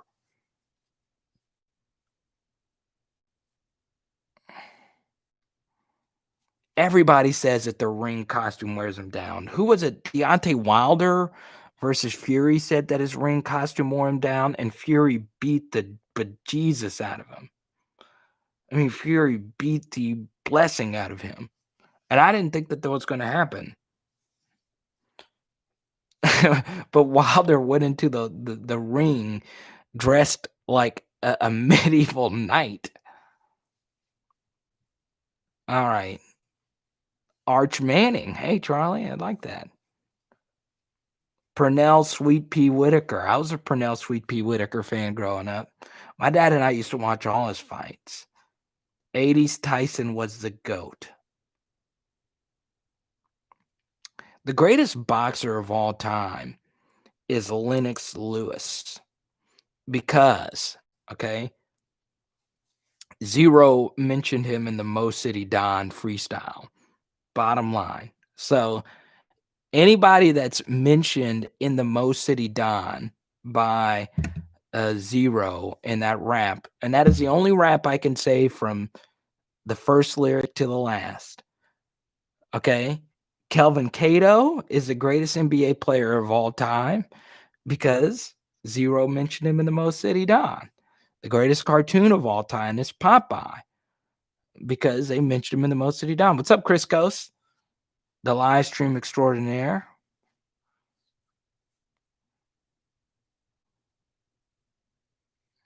The GOAT Tigers. Chris Coast can actually use the term GOAT because he has actual goats. See, Kane, you're the only big rap fan in the live stream. You know about Zero. Zero's the freaking GOAT. I was a big Zero fan, even though the only song I knew was the Mo City Don. I couldn't name another Zero song.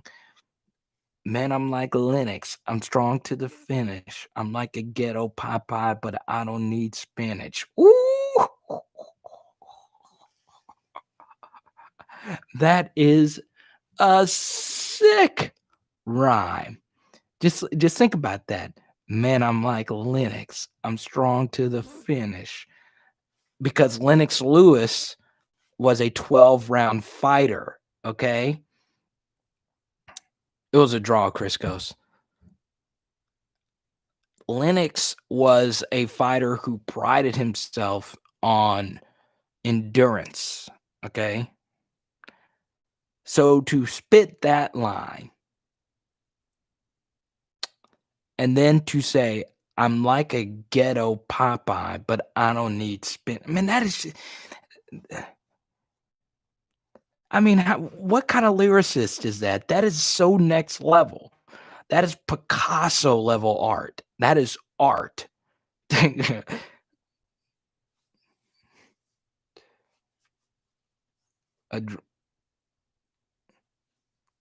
I know, Chris Coast, but you're also paying to see Mike Tyson back in the ring, and that's worth $50. Think about it from nostalgia. Everything now is all about nostalgia. What is something we can take from the past and repurpose it for now? And it's simple content. Every time we get that's true. Boxing and judges don't go together. And sometimes they have to. I'll YouTube it later.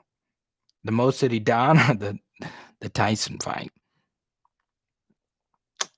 All right, guys, we're about to wrap this up. I'm starting to wear down. I want to go find my booger and cuddle up with her. Yeah, Jonathan, I'm scared what's going to be in this package. I don't know what it's going to be.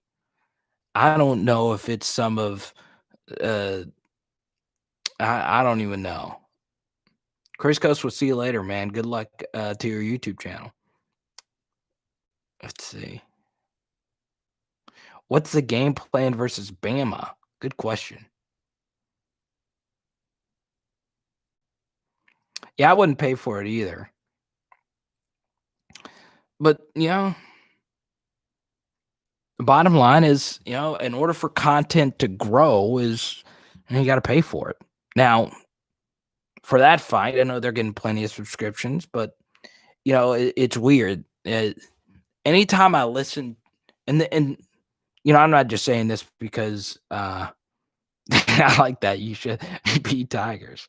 Remember, LSU 9, Bama 6. So you know what's funny? I went to that game and I was there in Tuscaloosa on the Wednesday night of that week, and I got so many crazy drunk stories from that weekend. I was still in college, and the whole weekend was just nuts. I stayed at a Bama friend's house, and I witnessed fights. I witnessed all kinds of crazy stuff. But the actual day of the game, I wasn't drinking anything. I was sober. I shot a tailgating package, and I actually sent one of them to Yusha.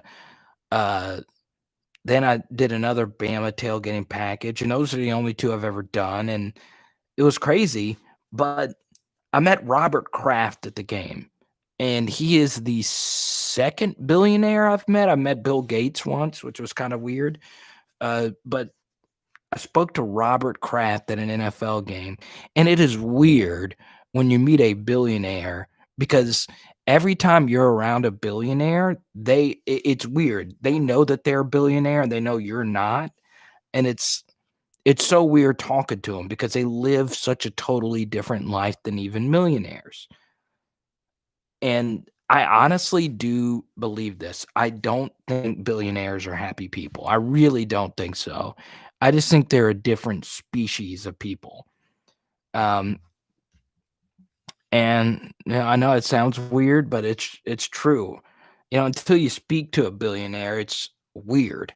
It's very weird because they have so much power and they have such a crippling amount of money. And I know that sounds crazy because I don't have a whole lot of money right now, but it's weird.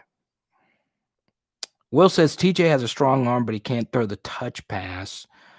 Uh, Kevin, you're right about that. That's what I'm saying. Like, I don't have a whole lot of money. I'm not struggling, but broke people ain't happy either. It's true.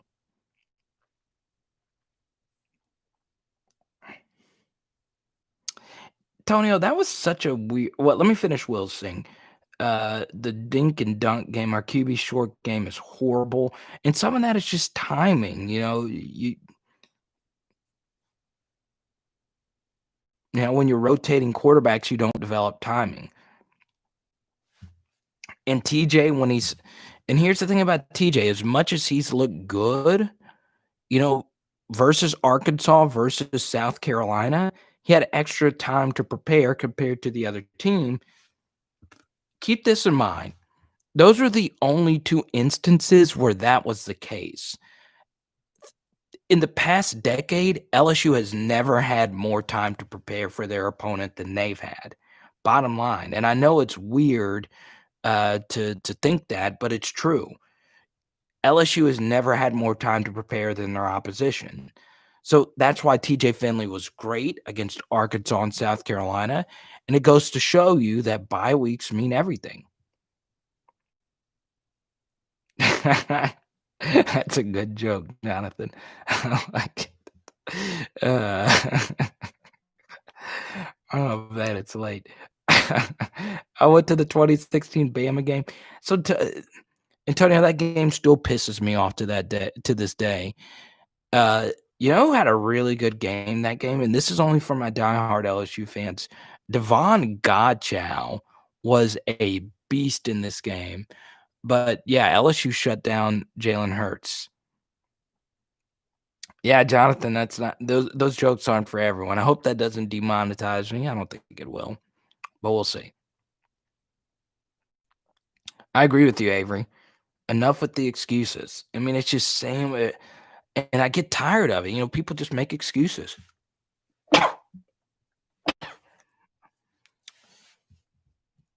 But all right, guys, we're gonna go ahead and wrap this up. We are over 3 hours, and Tyler just joins us. How can we just sign? How can we just sign off when Tyler joins us, especially with the name like Tyler Smith? Smith, that is a unique name. Like who with the last name like Smith? Who would ever have a first name like that? I'm just kidding.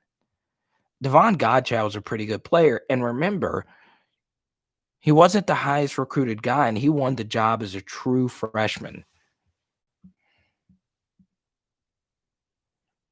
They coming home to roost next week. Nah, it's cool. But yeah, Tyler, I'll hang out. If you drop a super chat right now, Tyler, I will hang out till 4 in the morning. We got payback on Hurts against Oklahoma. Payback is the bare minimum word where you can describe what LSU did to Oklahoma. So yeah.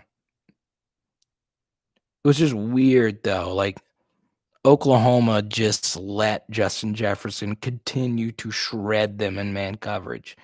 But they said going into the game, they just base it, and Joe Burrow said this after the game, that they just kept doubling Jamar, so Joe just kept throwing it to Justin Jefferson, and it worked.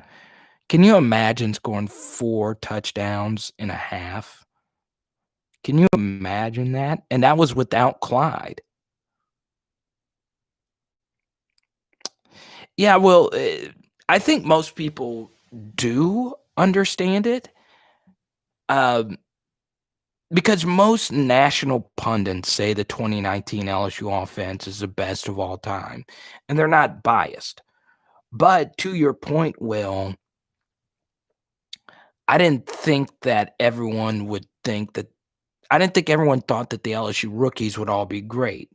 Before Joe Burrow got hurt, he was probably the rookie of the year. Clyde's been very good. Justin Jefferson's been very good. Joe Brady has been excellent. So it's crazy. I mean, the LSU offense was really that good.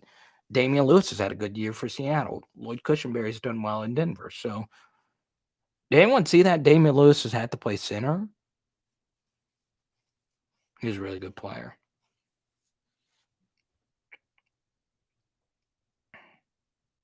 Ain't that right, Romeo? How many of you went to the national championship game last year? I'm kind of curious.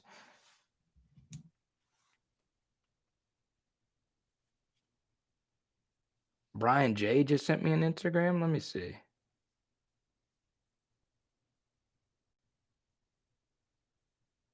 Oh, Yusha, this is interesting. I just saw this.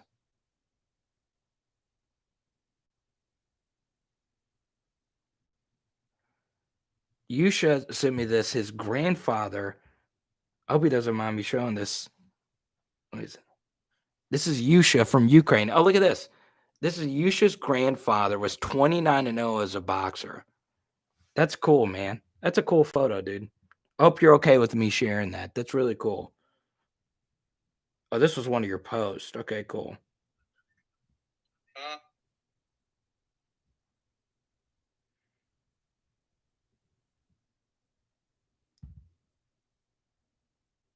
Brian J says, "Go Tigers." I like it.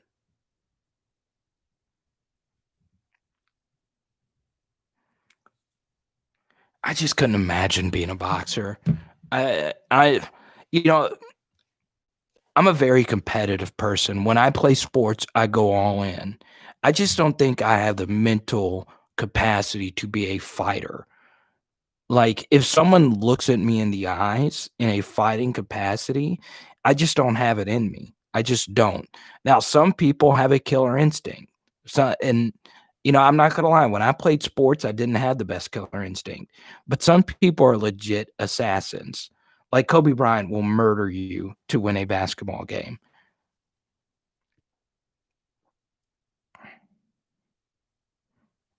Jonathan, I sent you my number last week, dude. Yeah, some people are murderers, man. Like I think Jarvis Landry's like that. I think Jardell's a killer. I don't think Odell's a killer. I think Jarvis Landry is some people are like that. What's up, Roby?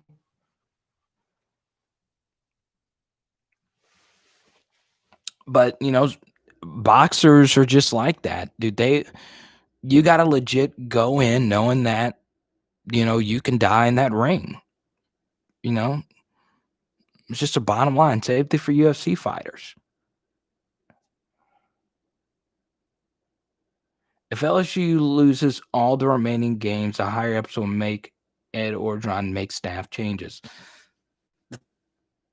But see, here's a problem. Do you trust Ed Orgeron to make those changes? You got to ask yourself this question. Do you think Ed Orgeron's a good enough coach to maneuver this team out of the abyss? Okay? Because I brought this I think so. I do. I really do, and in large part, it's because a lot of coaches wanna coach at LSU. Uh, a lot of coaches that leave LSU, a lot of them end up being pretty good. Even Matt Canada is a coach of an NFL quarterbacks coach for an NFL team. Uh, even if you suck as a coach at LSU, a lot of coaches get new jobs.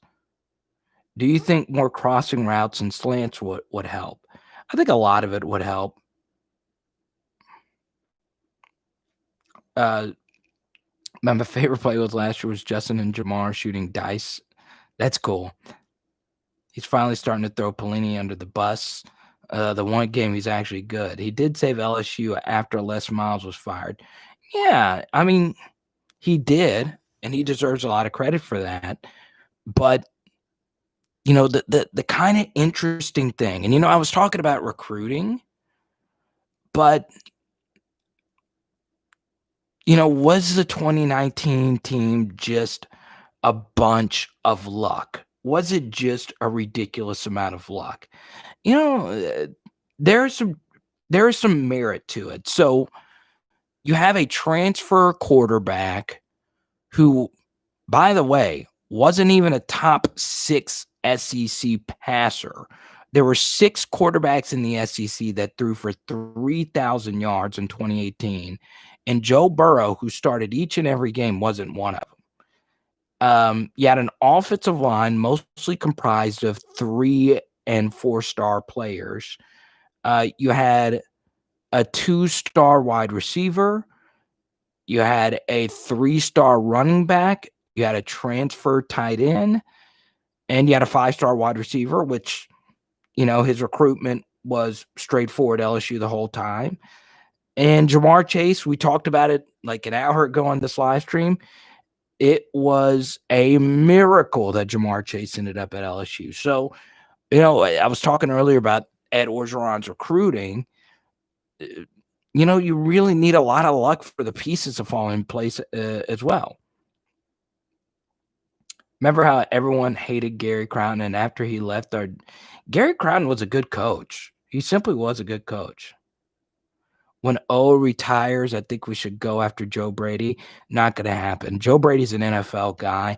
And so to let you guys know this, all right, when you are sitting in the press box, a lot of SEC schools give seats in the press box to NFL scouts. So I have remained in close contact with NFL scouts.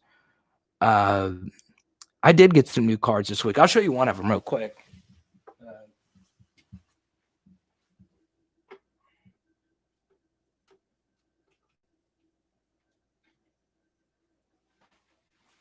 So I got a bunch of Odell rookie cards. This is called an insert. So this card isn't really worth a whole lot of money, but you notice there's like a rainbow reflection to it.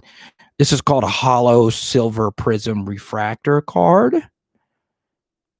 So it's really cool, but this is the insert. I actually have the base and silver base card to Odell's rookie set, and I'm actually investing in Odell Beckham Jr. rookie cards right now simply because I think next year he's going to go to a new team. The buzz is going to be off the charts, and I think this card, which I got for $2, I think this card will sell for 15 or 20, and when it does next year, I will turn a little bit of profit, hopefully.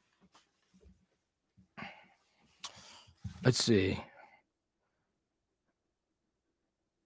Yeah, so basically, what my sources told me is Joe Brady will be a head coach in the NFL.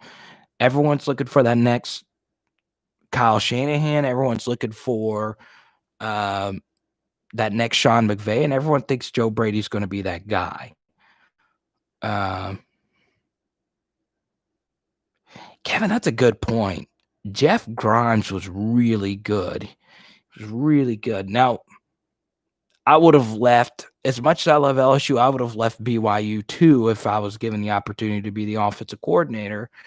But, is Jeff Grimes actually a really good coach, or did BYU get a generational quarterback in Zach Wilson, who was a 3-star who just, turned into Russell Wilson?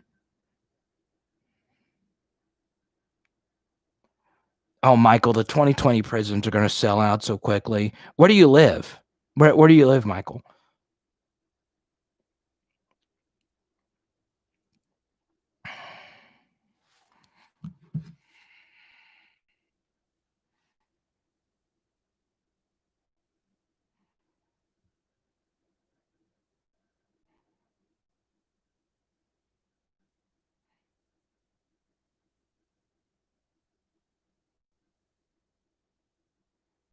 Special thanks to Adam Hover for retweeting my thing.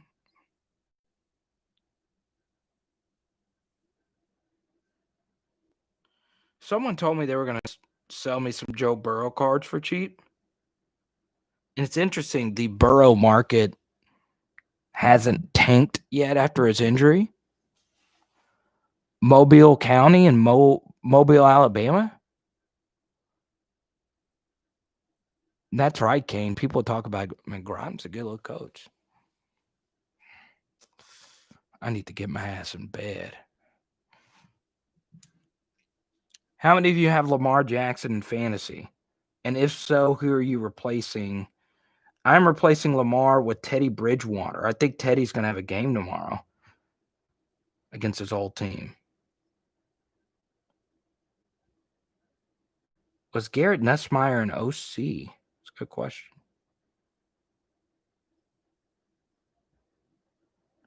Did we ever have to pay for those cigar burn? I don't know, Yusha. That's a good question. Yusha, I wish.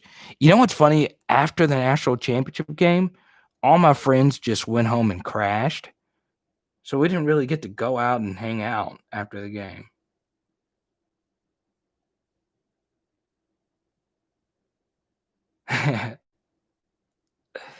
Who's CFB season? CFB SS. Wait, some CFB season is which one of you is CFB season?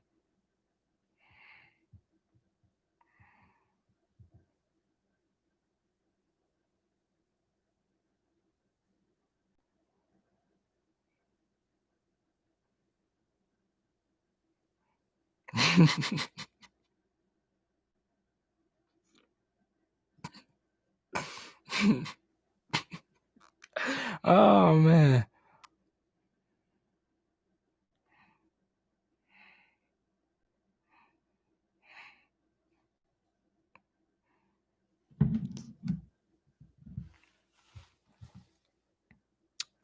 Kane, yeah, that's true.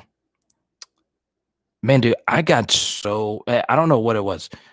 So I got blasted when LSU started pulling away in the fourth quarter. I just kept getting so blasted. I was so freaking happy. That's crazy. That's wild. You know what's funny? So, like, if I ever pull a Joe Burrow card out of a pack, I would go nuts, like an actual rare card, but I would kind of just want to give it to him. You know, it's kind of weird. Like, I have all of his base rookie cards, but I don't have any like super rare. Yeah, versus he. What time is it in India? I'm interested.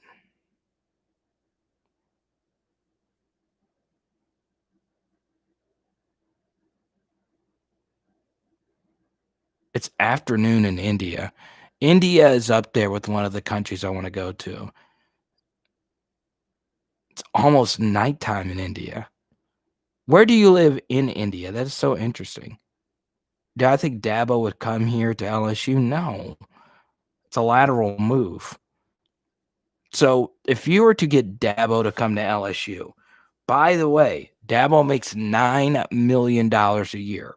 So for him to make a lateral move, you would have to bump his salary north of $12 million a year. If you do, Clemson's going to match that. So you would have to have a salary at $15 million a year. It's not ever going to happen. Plus, he wouldn't come here anyway. That was kind of weird because he has one thing that Saban doesn't. Nick Saban, it is his program at Alabama, but the Alabama brand is still bigger than him. The Clemson brand is not bigger than Dabo Swinney. Now, that doesn't mean that a coach after Dabo will come in and not be good. What that does mean, though, is at Alabama, they had plenty of Hall of Fame coaches before Saban. Now, is Bear Bryant as good as Nick Saban? Probably not. but they had other coaches. The one thing Dabo has in his favor is Clemson is Dabo Sweeney, and that is the only coach where in college football where the coach is the program. Now it's a little bit different at Duke in college basketball because Michigan State basketball is Tom Izzo. Duke basketball is Coach K. Syracuse basketball is Jim Boeheim. It's a little bit different. Would you pay $500 for a Joe Burrow autograph card? I need one. I have a Cincinnati jersey patch card. Depends on which one. So if you were to spend $500 on a Joe Burrow auto card, it depends. Is it a graded card? Is it an ungraded card? Is it a PSA 10, a BGS 10, a PSA 9? What's the condition of the card? Who's selling you the card? Where are you buying the card from? Does the card have any scratches, dents? Is the card's owner actually a good person? Do you feel comfortable sending them the money if it's not done over on eBay? There's so many questions, especially when you're talking about Joe Burrow, who's a premium card. The most premium card in the NFL right now is a Joe Burrow rookie card out of the new cards. Eventually, that's going to become Justin Herbert when Herbert continues to ball, which is actually good for us Joe Burrow collectors because we want Justin Herbert and Tua to continue to play well. When Justin Herbert and Tua continue to play well, guess what? Their card prices go up. People start to sell Joe Burrow cards more. Honestly, the best time to buy a Joe Burrow card, especially if you want to keep it in your personal collection, but also for flipping, is when the next NFL draft comes because Trevor Lawrence's card is going to be the hottest rookie card to ever hit the new market. So hopefully that is the answer to your question. Carter, when you come to North Carolina, we're going to a UNC Duke game in Cameron. Me, Bug, and the girlfriend will come meet you, Jonathan. The only thing is you're going to have to get the ticket for us because that is a bucket item list for me is to go to a Duke basketball game and to actually get tickets to Duke, North Carolina in a gym of 20,000 people. Those tickets would probably be $607 a piece. Probably more than that, especially now that live sports is going to come back and our society is more fragile now more than ever because of the crisis that we're in. So those tickets will probably be 15, 16, 700, $1,700 a week. Yeah, you should. You know what's funny? Maybe it's me. Maybe my LSU channel is what's hurting LSU football. Maybe it's just me. Well, you won the lottery last year? Well, Jonathan, all the power to you. I'll tell you this. If you get a ticket to Duke, North Carolina, and you have a spare one, I would probably drive there right now to go witness that. Granted, I would want it to be packed. I would want the full experience.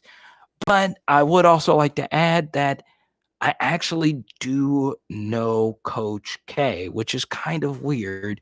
But I was the producer of his radio show at Sirius XM, and I've never gotten the opportunity to really meet and introduce myself, which would be cool. I recorded his show remotely from my studio at Sirius XM, along with my boss at the time, Jeremiah.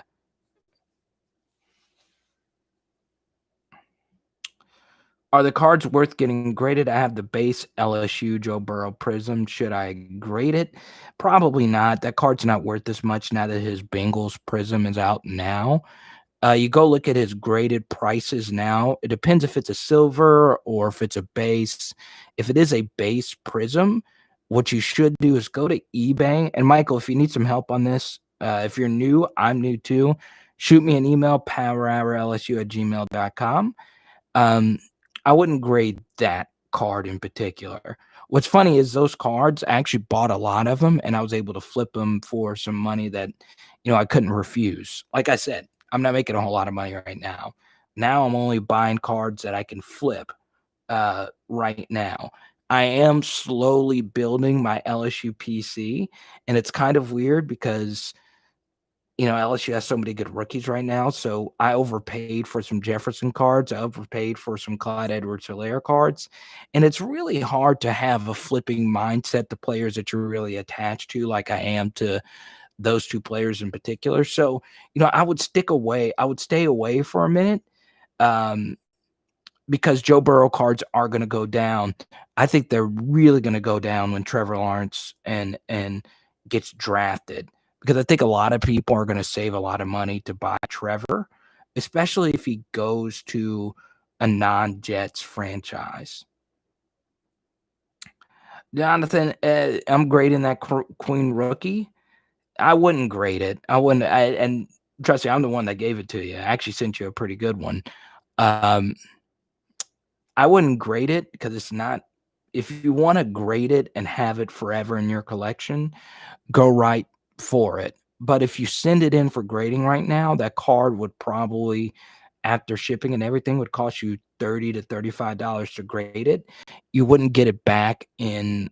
They're so backed up right now. You wouldn't get it back in like a year. So, um, yeah, I would just hold the card. I would just hold it. I sent it to you in a top loader. Put it in a good safe space. Always keep it around. Patrick Queen's a legend. You deserve it.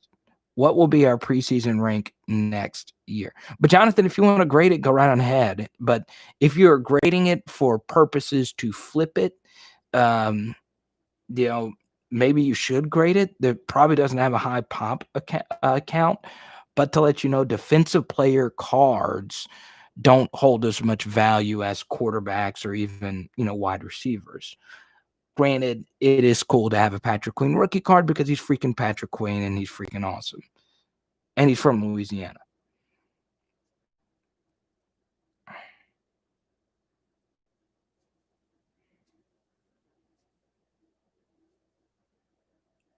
Oh, Queen is your favorite rookie. Cool. He's one of my favorites too. I mean, he's one of my favorites ever. He's one of my favorite LSU players ever. Well, which, uh,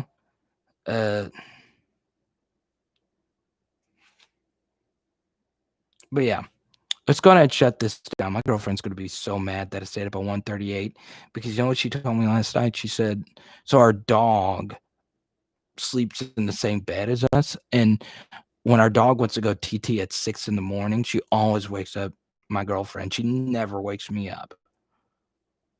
Who you see is going to be LSU's best player next year? That's a good question, Larry. So if I were to rank the returning players to LSU's team next year, number one would be Elias Ricks, and number two would probably be Sting.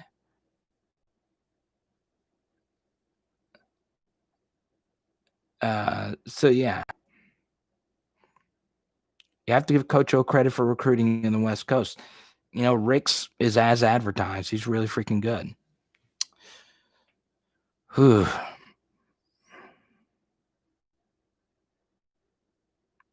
PJ, about time you showed up. She doesn't. That's the funny thing about it.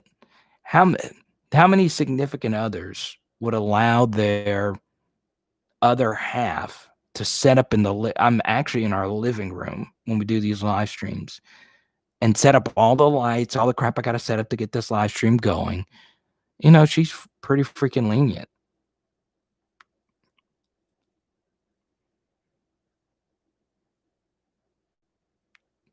I'm dead serious. My girlfriend, she lets me do whatever the heck I want, and that's why I love her so much. James, you're not in bed yet? Exactly. When you have a significant other who just lets you watch football and, you know, think about this, when I was doing comedy before COVID, I was on the road, um, not a whole lot of different places, but you there's like some weird whistling outside. I hope it's not somebody. powerhourlsu@gmail.com. Yeah, Kevin, it's a symbiotic thing. Relationships, you know, I let her do what she wants to do. She lets me do what I want to do. You know, whether you're gay, straight, anything, that should be how relationships go. You sacrifice. Uh, yeah, like I said to start the live stream, my best friend, um, from New Orleans is in town right now. And they asked me to go out tonight, and I said no. Um,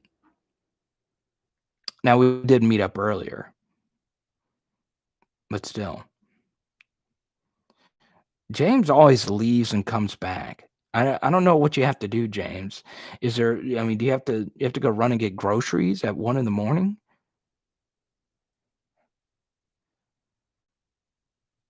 Like I said earlier about Micah Baskerville, it's good to see him play well, because the last time Micah Baskerville was in College Station, I swear to God, there were some weird screeching noises outside.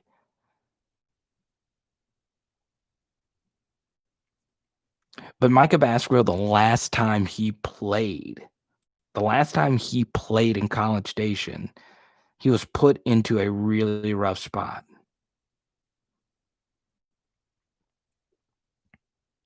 You're a good man, Romeo. But Micah Baskerville was put in a bad spot in a 7 overtime game, and Jimbo just kept attacking him, and I'm glad he was able to come out and play well.